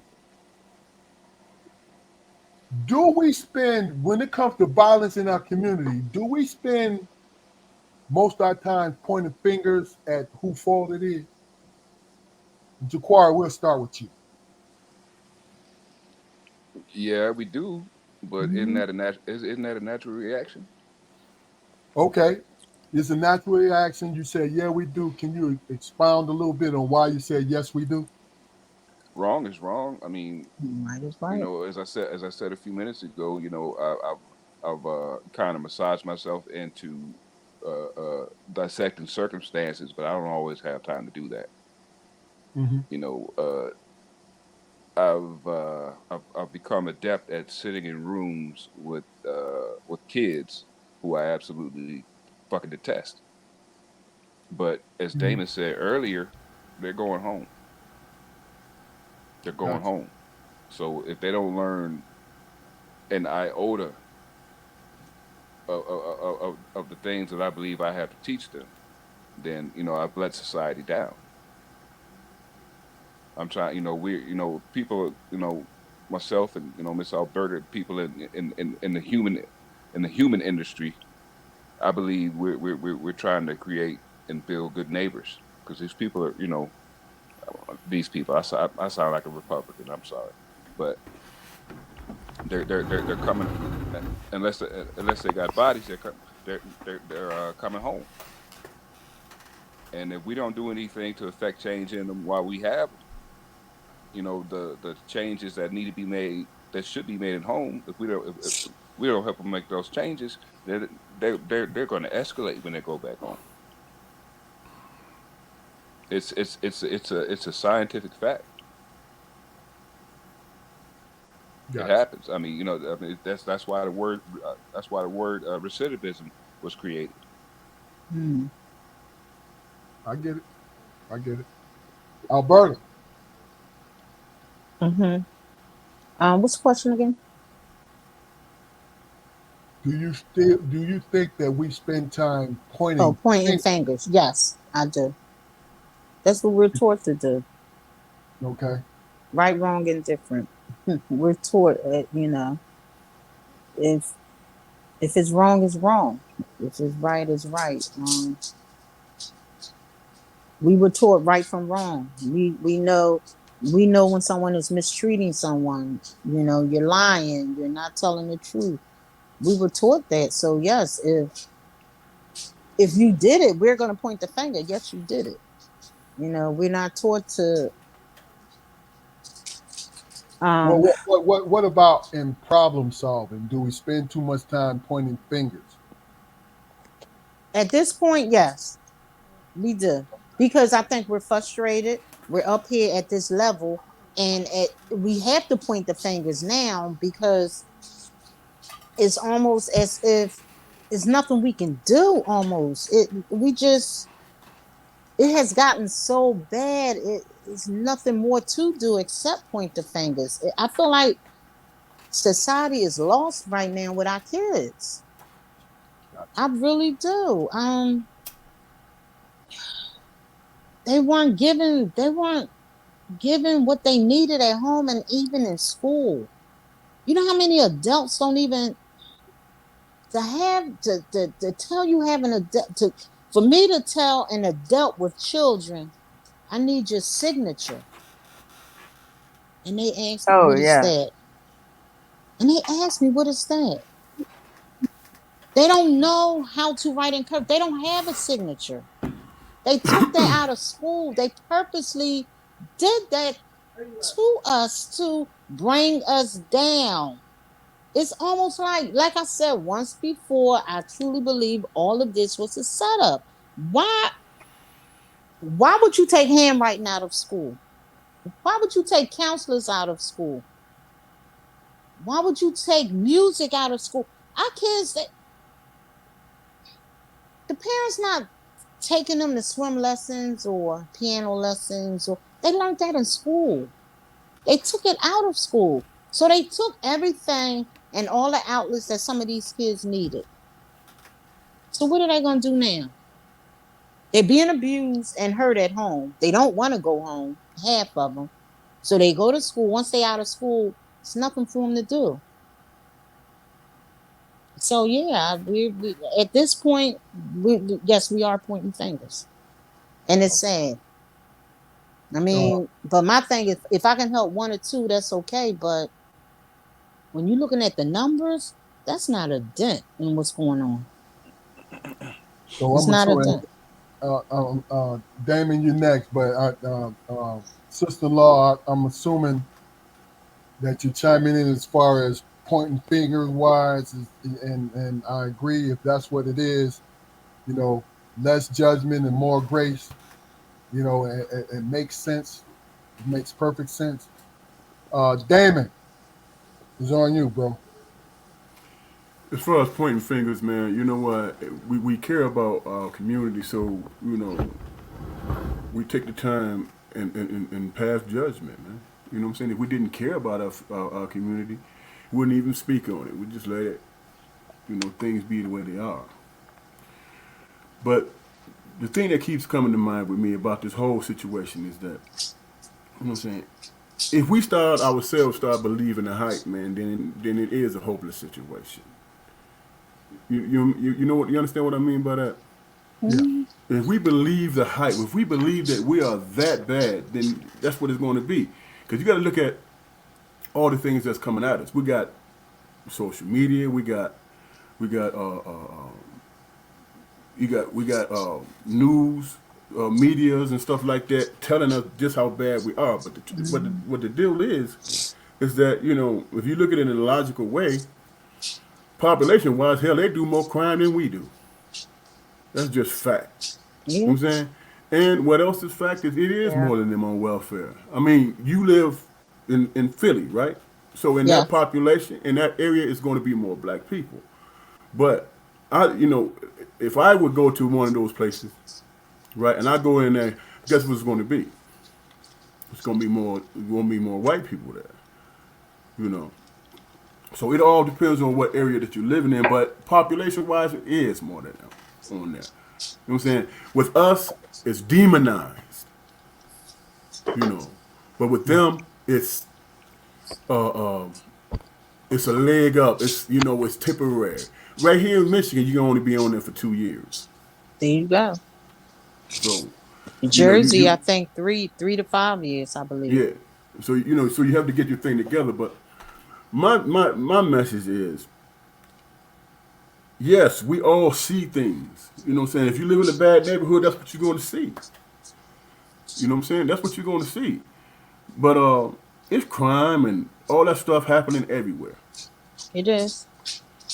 It's happening everywhere. It's just so happened that they want to make African Americans the poster child of it. And you're constantly bombarded with it. So you come to believe that that's the case, but that's not. Out of all the black men I know, maybe one or two ain't taking care of their kids. You know what I'm saying? And that's as far as back as I can remember. Right. Might Your age. might not be with the mother, but they still taking care of their kids. You know what I'm saying? Mm-hmm. And when you move out of that matrix and you able to see what's really happening, we're not as bad off as society as what's being shown to us is. We bad enough to care. That's why there's a lot of emotion and stuff going on right now, as we speak on it.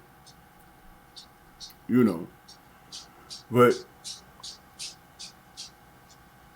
I can't allow myself to fall back into the position where I'm gonna feel hopeless about the whole thing because I got a grandbaby. Right. You know what I'm saying? I can't be hopeless about the world. You know what I'm saying? And I'm gonna do whatever I can to keep my family safe, whatever it takes. But I'm also gonna be an example for those people who don't have that structure in their homes. You know what I'm saying? Because where you know talking to somebody, they're gonna find an argument with you all the time. But if you lead by example and you doing those things, that's what they're gonna follow, and that's what their kids who really want to make it. That's who they're gonna gravitate to. You know, I used to work with kids too, and I was working with this one family. Out of 5 kids, 3 of them went bad. 2 of them did great. Went to college, got master degrees, and all that stuff. So in all that hopelessness, there is life. There is opportunity. You know, but you got to lead by example. And when them kids come to you and say, "Hey, Mr. Armstrong, can you help me with something?" I got to be willing to say, "All right, here's the path to follow." You know what I'm saying? It's not going to be given to you. You got to make an effort to make it for yourself. You got to make sure, you got to see that you're worth it, man. You know what I'm saying? Okay. Monica. Question again. And you looking at it like you really paying attention too. Boy. This is hard. It's No, hard. no, you like this. Hey, This before is- before you answer, Stop can this I mess. hey guys, I gotta cut it short, man. Go ahead. So I'm gonna say my goodbyes right now. You know, I really appreciate being on here with y'all. You know, and I had to charge my phone. Well, All right, I- man. it's all Appreciate you. good. It was nice talking to you. Yeah, you too. You too. You guys have a wonderful evening, and You until the too. next time. Hey, brother, you know you owe us. Okay. I know. Yeah. I know. All right, love you guys. All right, bro. Be safe, Love man. you. What is it? Is it pointing fingers? Is that what was that? Yeah, the pointing fingers. Yeah, No, yeah. no, she already answered that. You I did think she was answer that. first. I think she was first. Yeah. Yeah. About pointing fingers, yeah, she already answered that. What was the last thing you? Okay. I think Well, look. Alberta was the last to go on that question. Okay. So, listen. This is why I'm gonna give y'all one more question. Then I'm gonna let you guys go. And Okay. really and truly, just to bring it home. Mm-hmm. Just name 1 or 2 things that you can think offhand that will help with the violence in the community. And we'll start with you, Monica. 1 or 2 things. I'm gonna run and get my charger. This one, okay. All right. Just one, if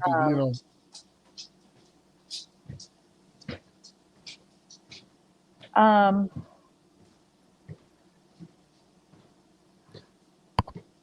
maybe I don't know. Maybe more community involvement. Okay. I think I can probably say that if there were more people in the community being involved, maybe around some of these children, like the village, if we could raise all kids with the village, I think we would have a chance. I think we would have a chance. Um, and just like one of the things that my parents always instilled in us, and I think I did it for our kids, is that an idle mind is the devil's playground. So for us and our children, we made sure that our children were always active in something, be it sports, be it anything that they were interested in, so that they didn't have time to mess around. They didn't have time to be doing things that they shouldn't be. Um, I understand that that is probably hard to do in single parent households, but even with me and my husband, we wanted to make sure that nobody was sitting around and trying to do things that they shouldn't be. They might think about it, but they were so busy doing other things, they didn't have time to do it. Okay. Okay. Uh, Alberta, you remember the question? Is I speak to people. I speak. I don't have to know them. I'll tell them good morning, hello, how are you. I don't have a problem telling someone they look nice, or a woman, or you look sharp, your hair is nice. We don't do that anymore. The kids, I will speak to them. I'll ask, how was your day? How was your day at school? What did you learn? Let me see your report card. They don't. Half of them don't get that in school, but I'll ask the kids around here, and I really think that's why I get so much respect from them. That's one thing I can say, knock on wood. I really do get respect from the kids around here. I can, um, like I said yesterday, I can approach them. I can say something, what's right, what's wrong. They'll come to me. Such and such hit me, and this and that. We'll talk. We'll talk it out. Okay, when it's over and done, we apologize, shake hands, and hug. They don't get that at home. The first thing the parents say, they hit you, what they say. You better hit them back. And that's when, but Mm-hmm. I really think that, and I was like that with my kids. And I've just continued to do it with my nieces and nephews and with the kids around here. People walk around, and like I said, from where I live at, it's a halfway house around the corner. The guys, they may come through. Some of them may be high, some of them just may be down on their luck because it's mainly men around there. And when I see them, I will speak to them, and a lot of them they take, it's like they're taking it back. Like, oh, good morning, hello, how are you, and leave it at that. Sometimes that goes a long way. It does. It goes a Mm-hmm. long way, and I do that because I have a son. And I can't, and I tell my kids this all the time. I don't want to walk around and always be afraid and watch my back from my brothers, from my nephews, and my sons and my boys. Not all of us are bad. Not all of us. And like I said, Mm-hmm. I wasn't an angel coming up. I was not an angel. I did my stuff, but I was just, I was lucky. God was on my side with some things. I wasn't out there, shooting and killing and stuff. But I've been in, situations with people and things I shouldn't have been doing. So I never think that I'm better. I was always told that, oh, you think you're better. I don't think I'm better at all. And I remember telling someone that told me that years ago, my kids were little. I said, the only thing I may have that you know is maybe an extra bill, and that's a part of me. That's it. We all live in these row homes, going to work and this and that. I remember kids going to school and I was leaving out to work, and I heard someone say, "Oh, look at the Huxtables." Only because the kids said, "All right, mom, love you. All right, dad, love." You." He's going to work. I'm going to work, and they walking to school holding hands. Like I told them, this is your sister. You're 4 years apart. You hold her hands. You walk to school. So we were called the Huxtables because we said, "Oh, I love you, I love you, I love." They don't do that anymore. They don't do that anymore. All they get is a cuss word first thing in the morning. Get your like so and so up. Get ready for school and this. So I think that Mm-hmm. there it will go a long way, and it has really helped me. With a lot of the I'm not just gonna say the young ones. Clients and everything. You know, and I had to tell some clients before I have to leave my problems at the door. Do you want to call me back before? Oh, I'll get right down with him with the attitude. Okay, well, I'm gonna talk to you the way you talking to me. You want to see that side of me? But it took a lot for me to humble myself and to get older. And now, girl, you laughing because you know I really had to be there with them. And now it's like, you want to call me back? I'm gonna give you a minute. When we were in the office, it's different now because I'm working from home. But in the office, baby, oh yeah.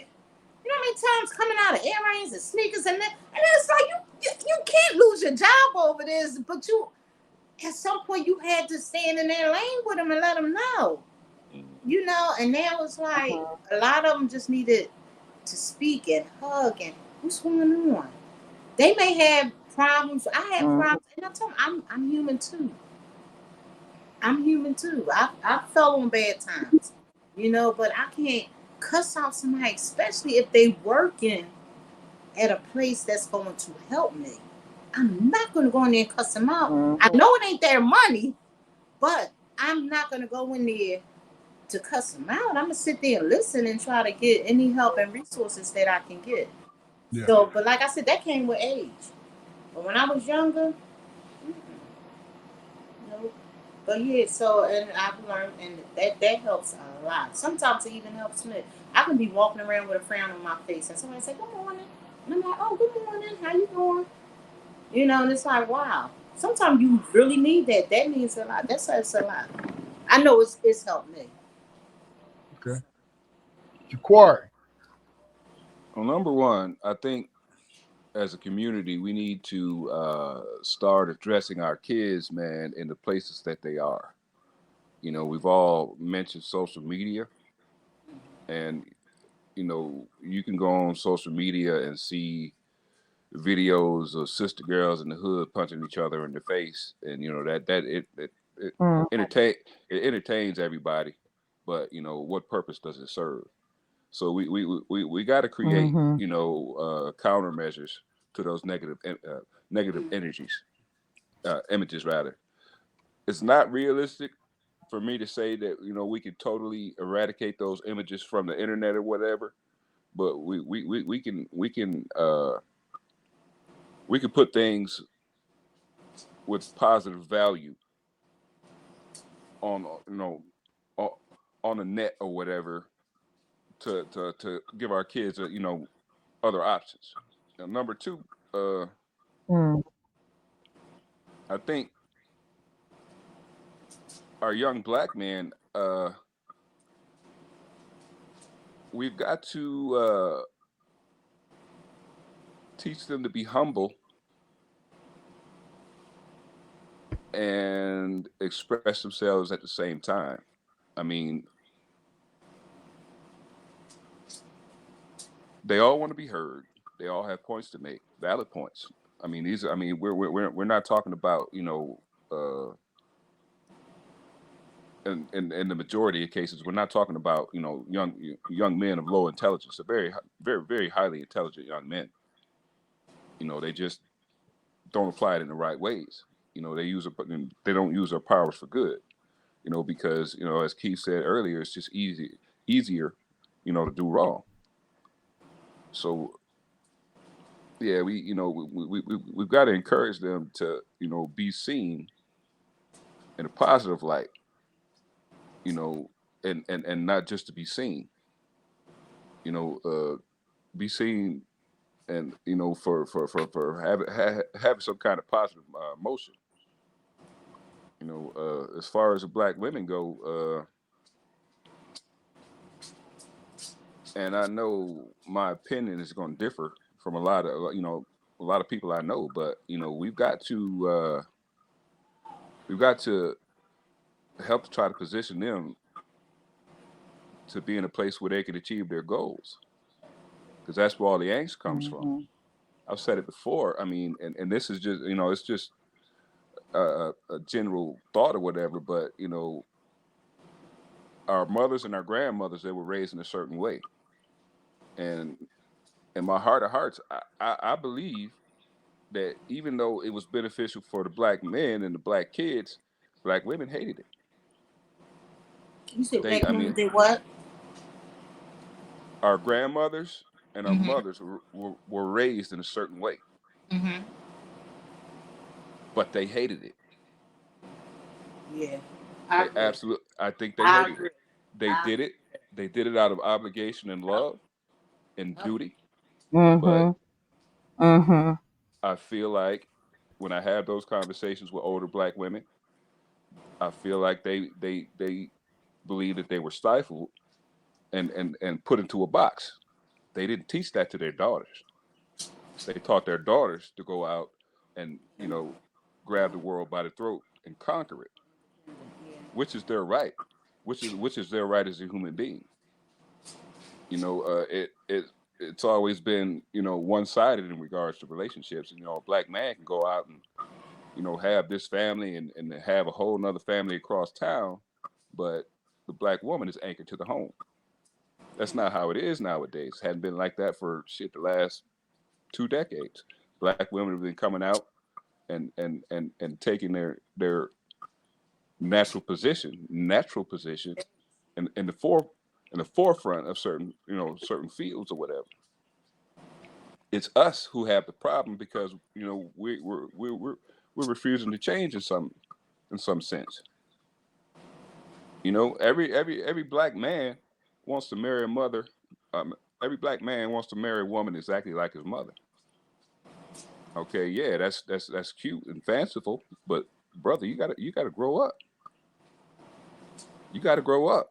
Your mama is your daddy's wife. Mhm. She did and does certain things, to make their household go smoothly. You have to put in the work with the person who you choose to make your mate, to make your house go smoothly. The things that your parents went through to do that might not necessarily work in your house. You got to be savvy enough to navigate that. So, Mhm. in regards to black women and growth, it's not them, being what? How do they describe y'all again? Pussy or loud or anything like that. It's them. It's them. Taking their position and securing it. That's just nature, male or female. When you have the ability to go into a situation and be successful, I think you're owed that respect and that acknowledgement. So that's my answer. All right. Since Damon is not here, I'll take his place, and I'm going to be short with it. What we end up doing, Jaquari, you said it earlier, is how they describe us, right? What I've seen in the last 10 years or so is the black man and the black woman having an adversarial relationship. And it's easy to make a decision to be an adversary where, when you have someone describe, when they say the black woman is the backbone of the black community, right? I switch it up and I say the black man is the backbone of the community, but the black woman is the structure that keeps that backbone moving. They work hand in hand. And I'm asking the three of you, how many times have you ever heard in these recent years that black women and black men, I'm talking about on social media mostly, are working hand in hand? Mhm. Every description has been a separate description Mhm. and has been pumped into our system ever since I was a little boy, where when a lie is repeated enough, it Mhm. becomes true to the people who hear it. Not the people in the beginning when they know it's a lie, but the people down the line. In your situation, Alberta, and what you do for a living, the welfare system was created for white people, and they did not include black people. They were not allowed to be in the welfare system. The rules came. The rules came when they started to do what? Include black families into it. And what's the number And one thing the for them to father cannot qualify? be in the house.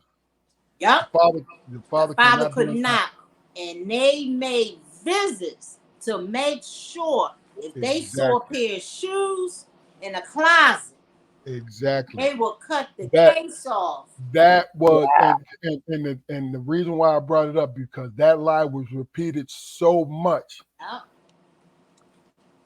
because we said it earlier that the majority of people receiving allegedly benefits is white people. And this is not bashing white people. It is the truth in what we are speaking. We do not get fed a healthy diet of truth in our community. We don't. We only, even if we see something, we won't believe it until what? Somebody else says it. Yep. And that's my answer to it, is to have the ability to be able to dissect it until we as a community reach the truth in it and add mutual cooperation with each other. Because this is my opinion, we see ourselves as frenemies. Yeah. We see ourselves as frenemies. I'm in my subdivision, and I've been here since 1998. And I've lived around at least 5 or 6 families that's been here since 1998. And we kept a relationship. But there's some families I still have not spoken a word to. And they're black. Yep. Do I take it personal? No. I brought it up as a point. And the point is, we are always defining ourselves by somebody else's opinion. Yep. This is why, in my opinion, every 4 years we get on that damn political merry-go-round, Democrats and Republicans. And we are not accepted in either party. Exactly. But we're used to get the popular vote. But I'm not going to the political realm. But that's my opinion about it. Now, we're going to bring this episode to a close. And I want to thank you, Alberta, and you, Monica. And as always, Damon and Jaquari, you've been a pleasure for joining Strong Perspective Podcast. What I need you to do, folks, when you see this now and see it in the future, go to our YouTube channel. And Alberta, Monica, tell your people. Give us 30 seconds at a time. Go to YouTube. Click on that button. They're welcome to watch the videos. I know they're gonna watch you guys, but they're welcome to watch. They're welcome to watch the other videos, but they don't have to. But we would love the subscribing. Okay. Okay. Yes. Before we get out of here, ladies, do you have anything you have to say? Any impressions or anything like that before we go? Nope. You just have to stay prayed up and take it one day at a time. Okay. Monica? Yes. Pray for our youth. Oh, yeah. They definitely need it. And I think that one day at a time, like Alberta said. Okay. Jaquari, any last words, brother? Yeah, ladies, I have enjoyed our conversation immensely. And as you know, Monica, you're always welcome back. If you have any ideas, please, Okay. Yeah, I mean, because it would be crazy doing a strong perspective podcast show from a woman's perspective. This is Alberta. Nice meeting you. It was nice meeting. It's nice You meeting you. too. You too. And I, like I told Monica, like I tell every guest, you're automatically once you've been on once, you're automatically recurring. So as I said to Monica, please feel free if you have any ideas you like for us to explore on the podcast. Like keep note. I actually do. Okay. Yeah. Yeah. Okay. And the next time I see you, I'm gonna call you Albert. Wait. Do I have that Philly accent like your brother said? Yeah. Do I? Yeah. I don't think we have an You accent. do. Okay. Well, you probably I don't. where mean, you I live. guess because I've lived it, yeah. Yeah. Um. I got Hey, an accent. It's like a Midwestern accent. So yeah. Yeah, that's Yeah. what it is. Just like him, yeah. Hey, ladies, stay on once we get off live, just for a couple minutes. And Okay. this is Strong Perspective Okay. Podcast. We'll be back next Friday. Thank you for tuning in. We out.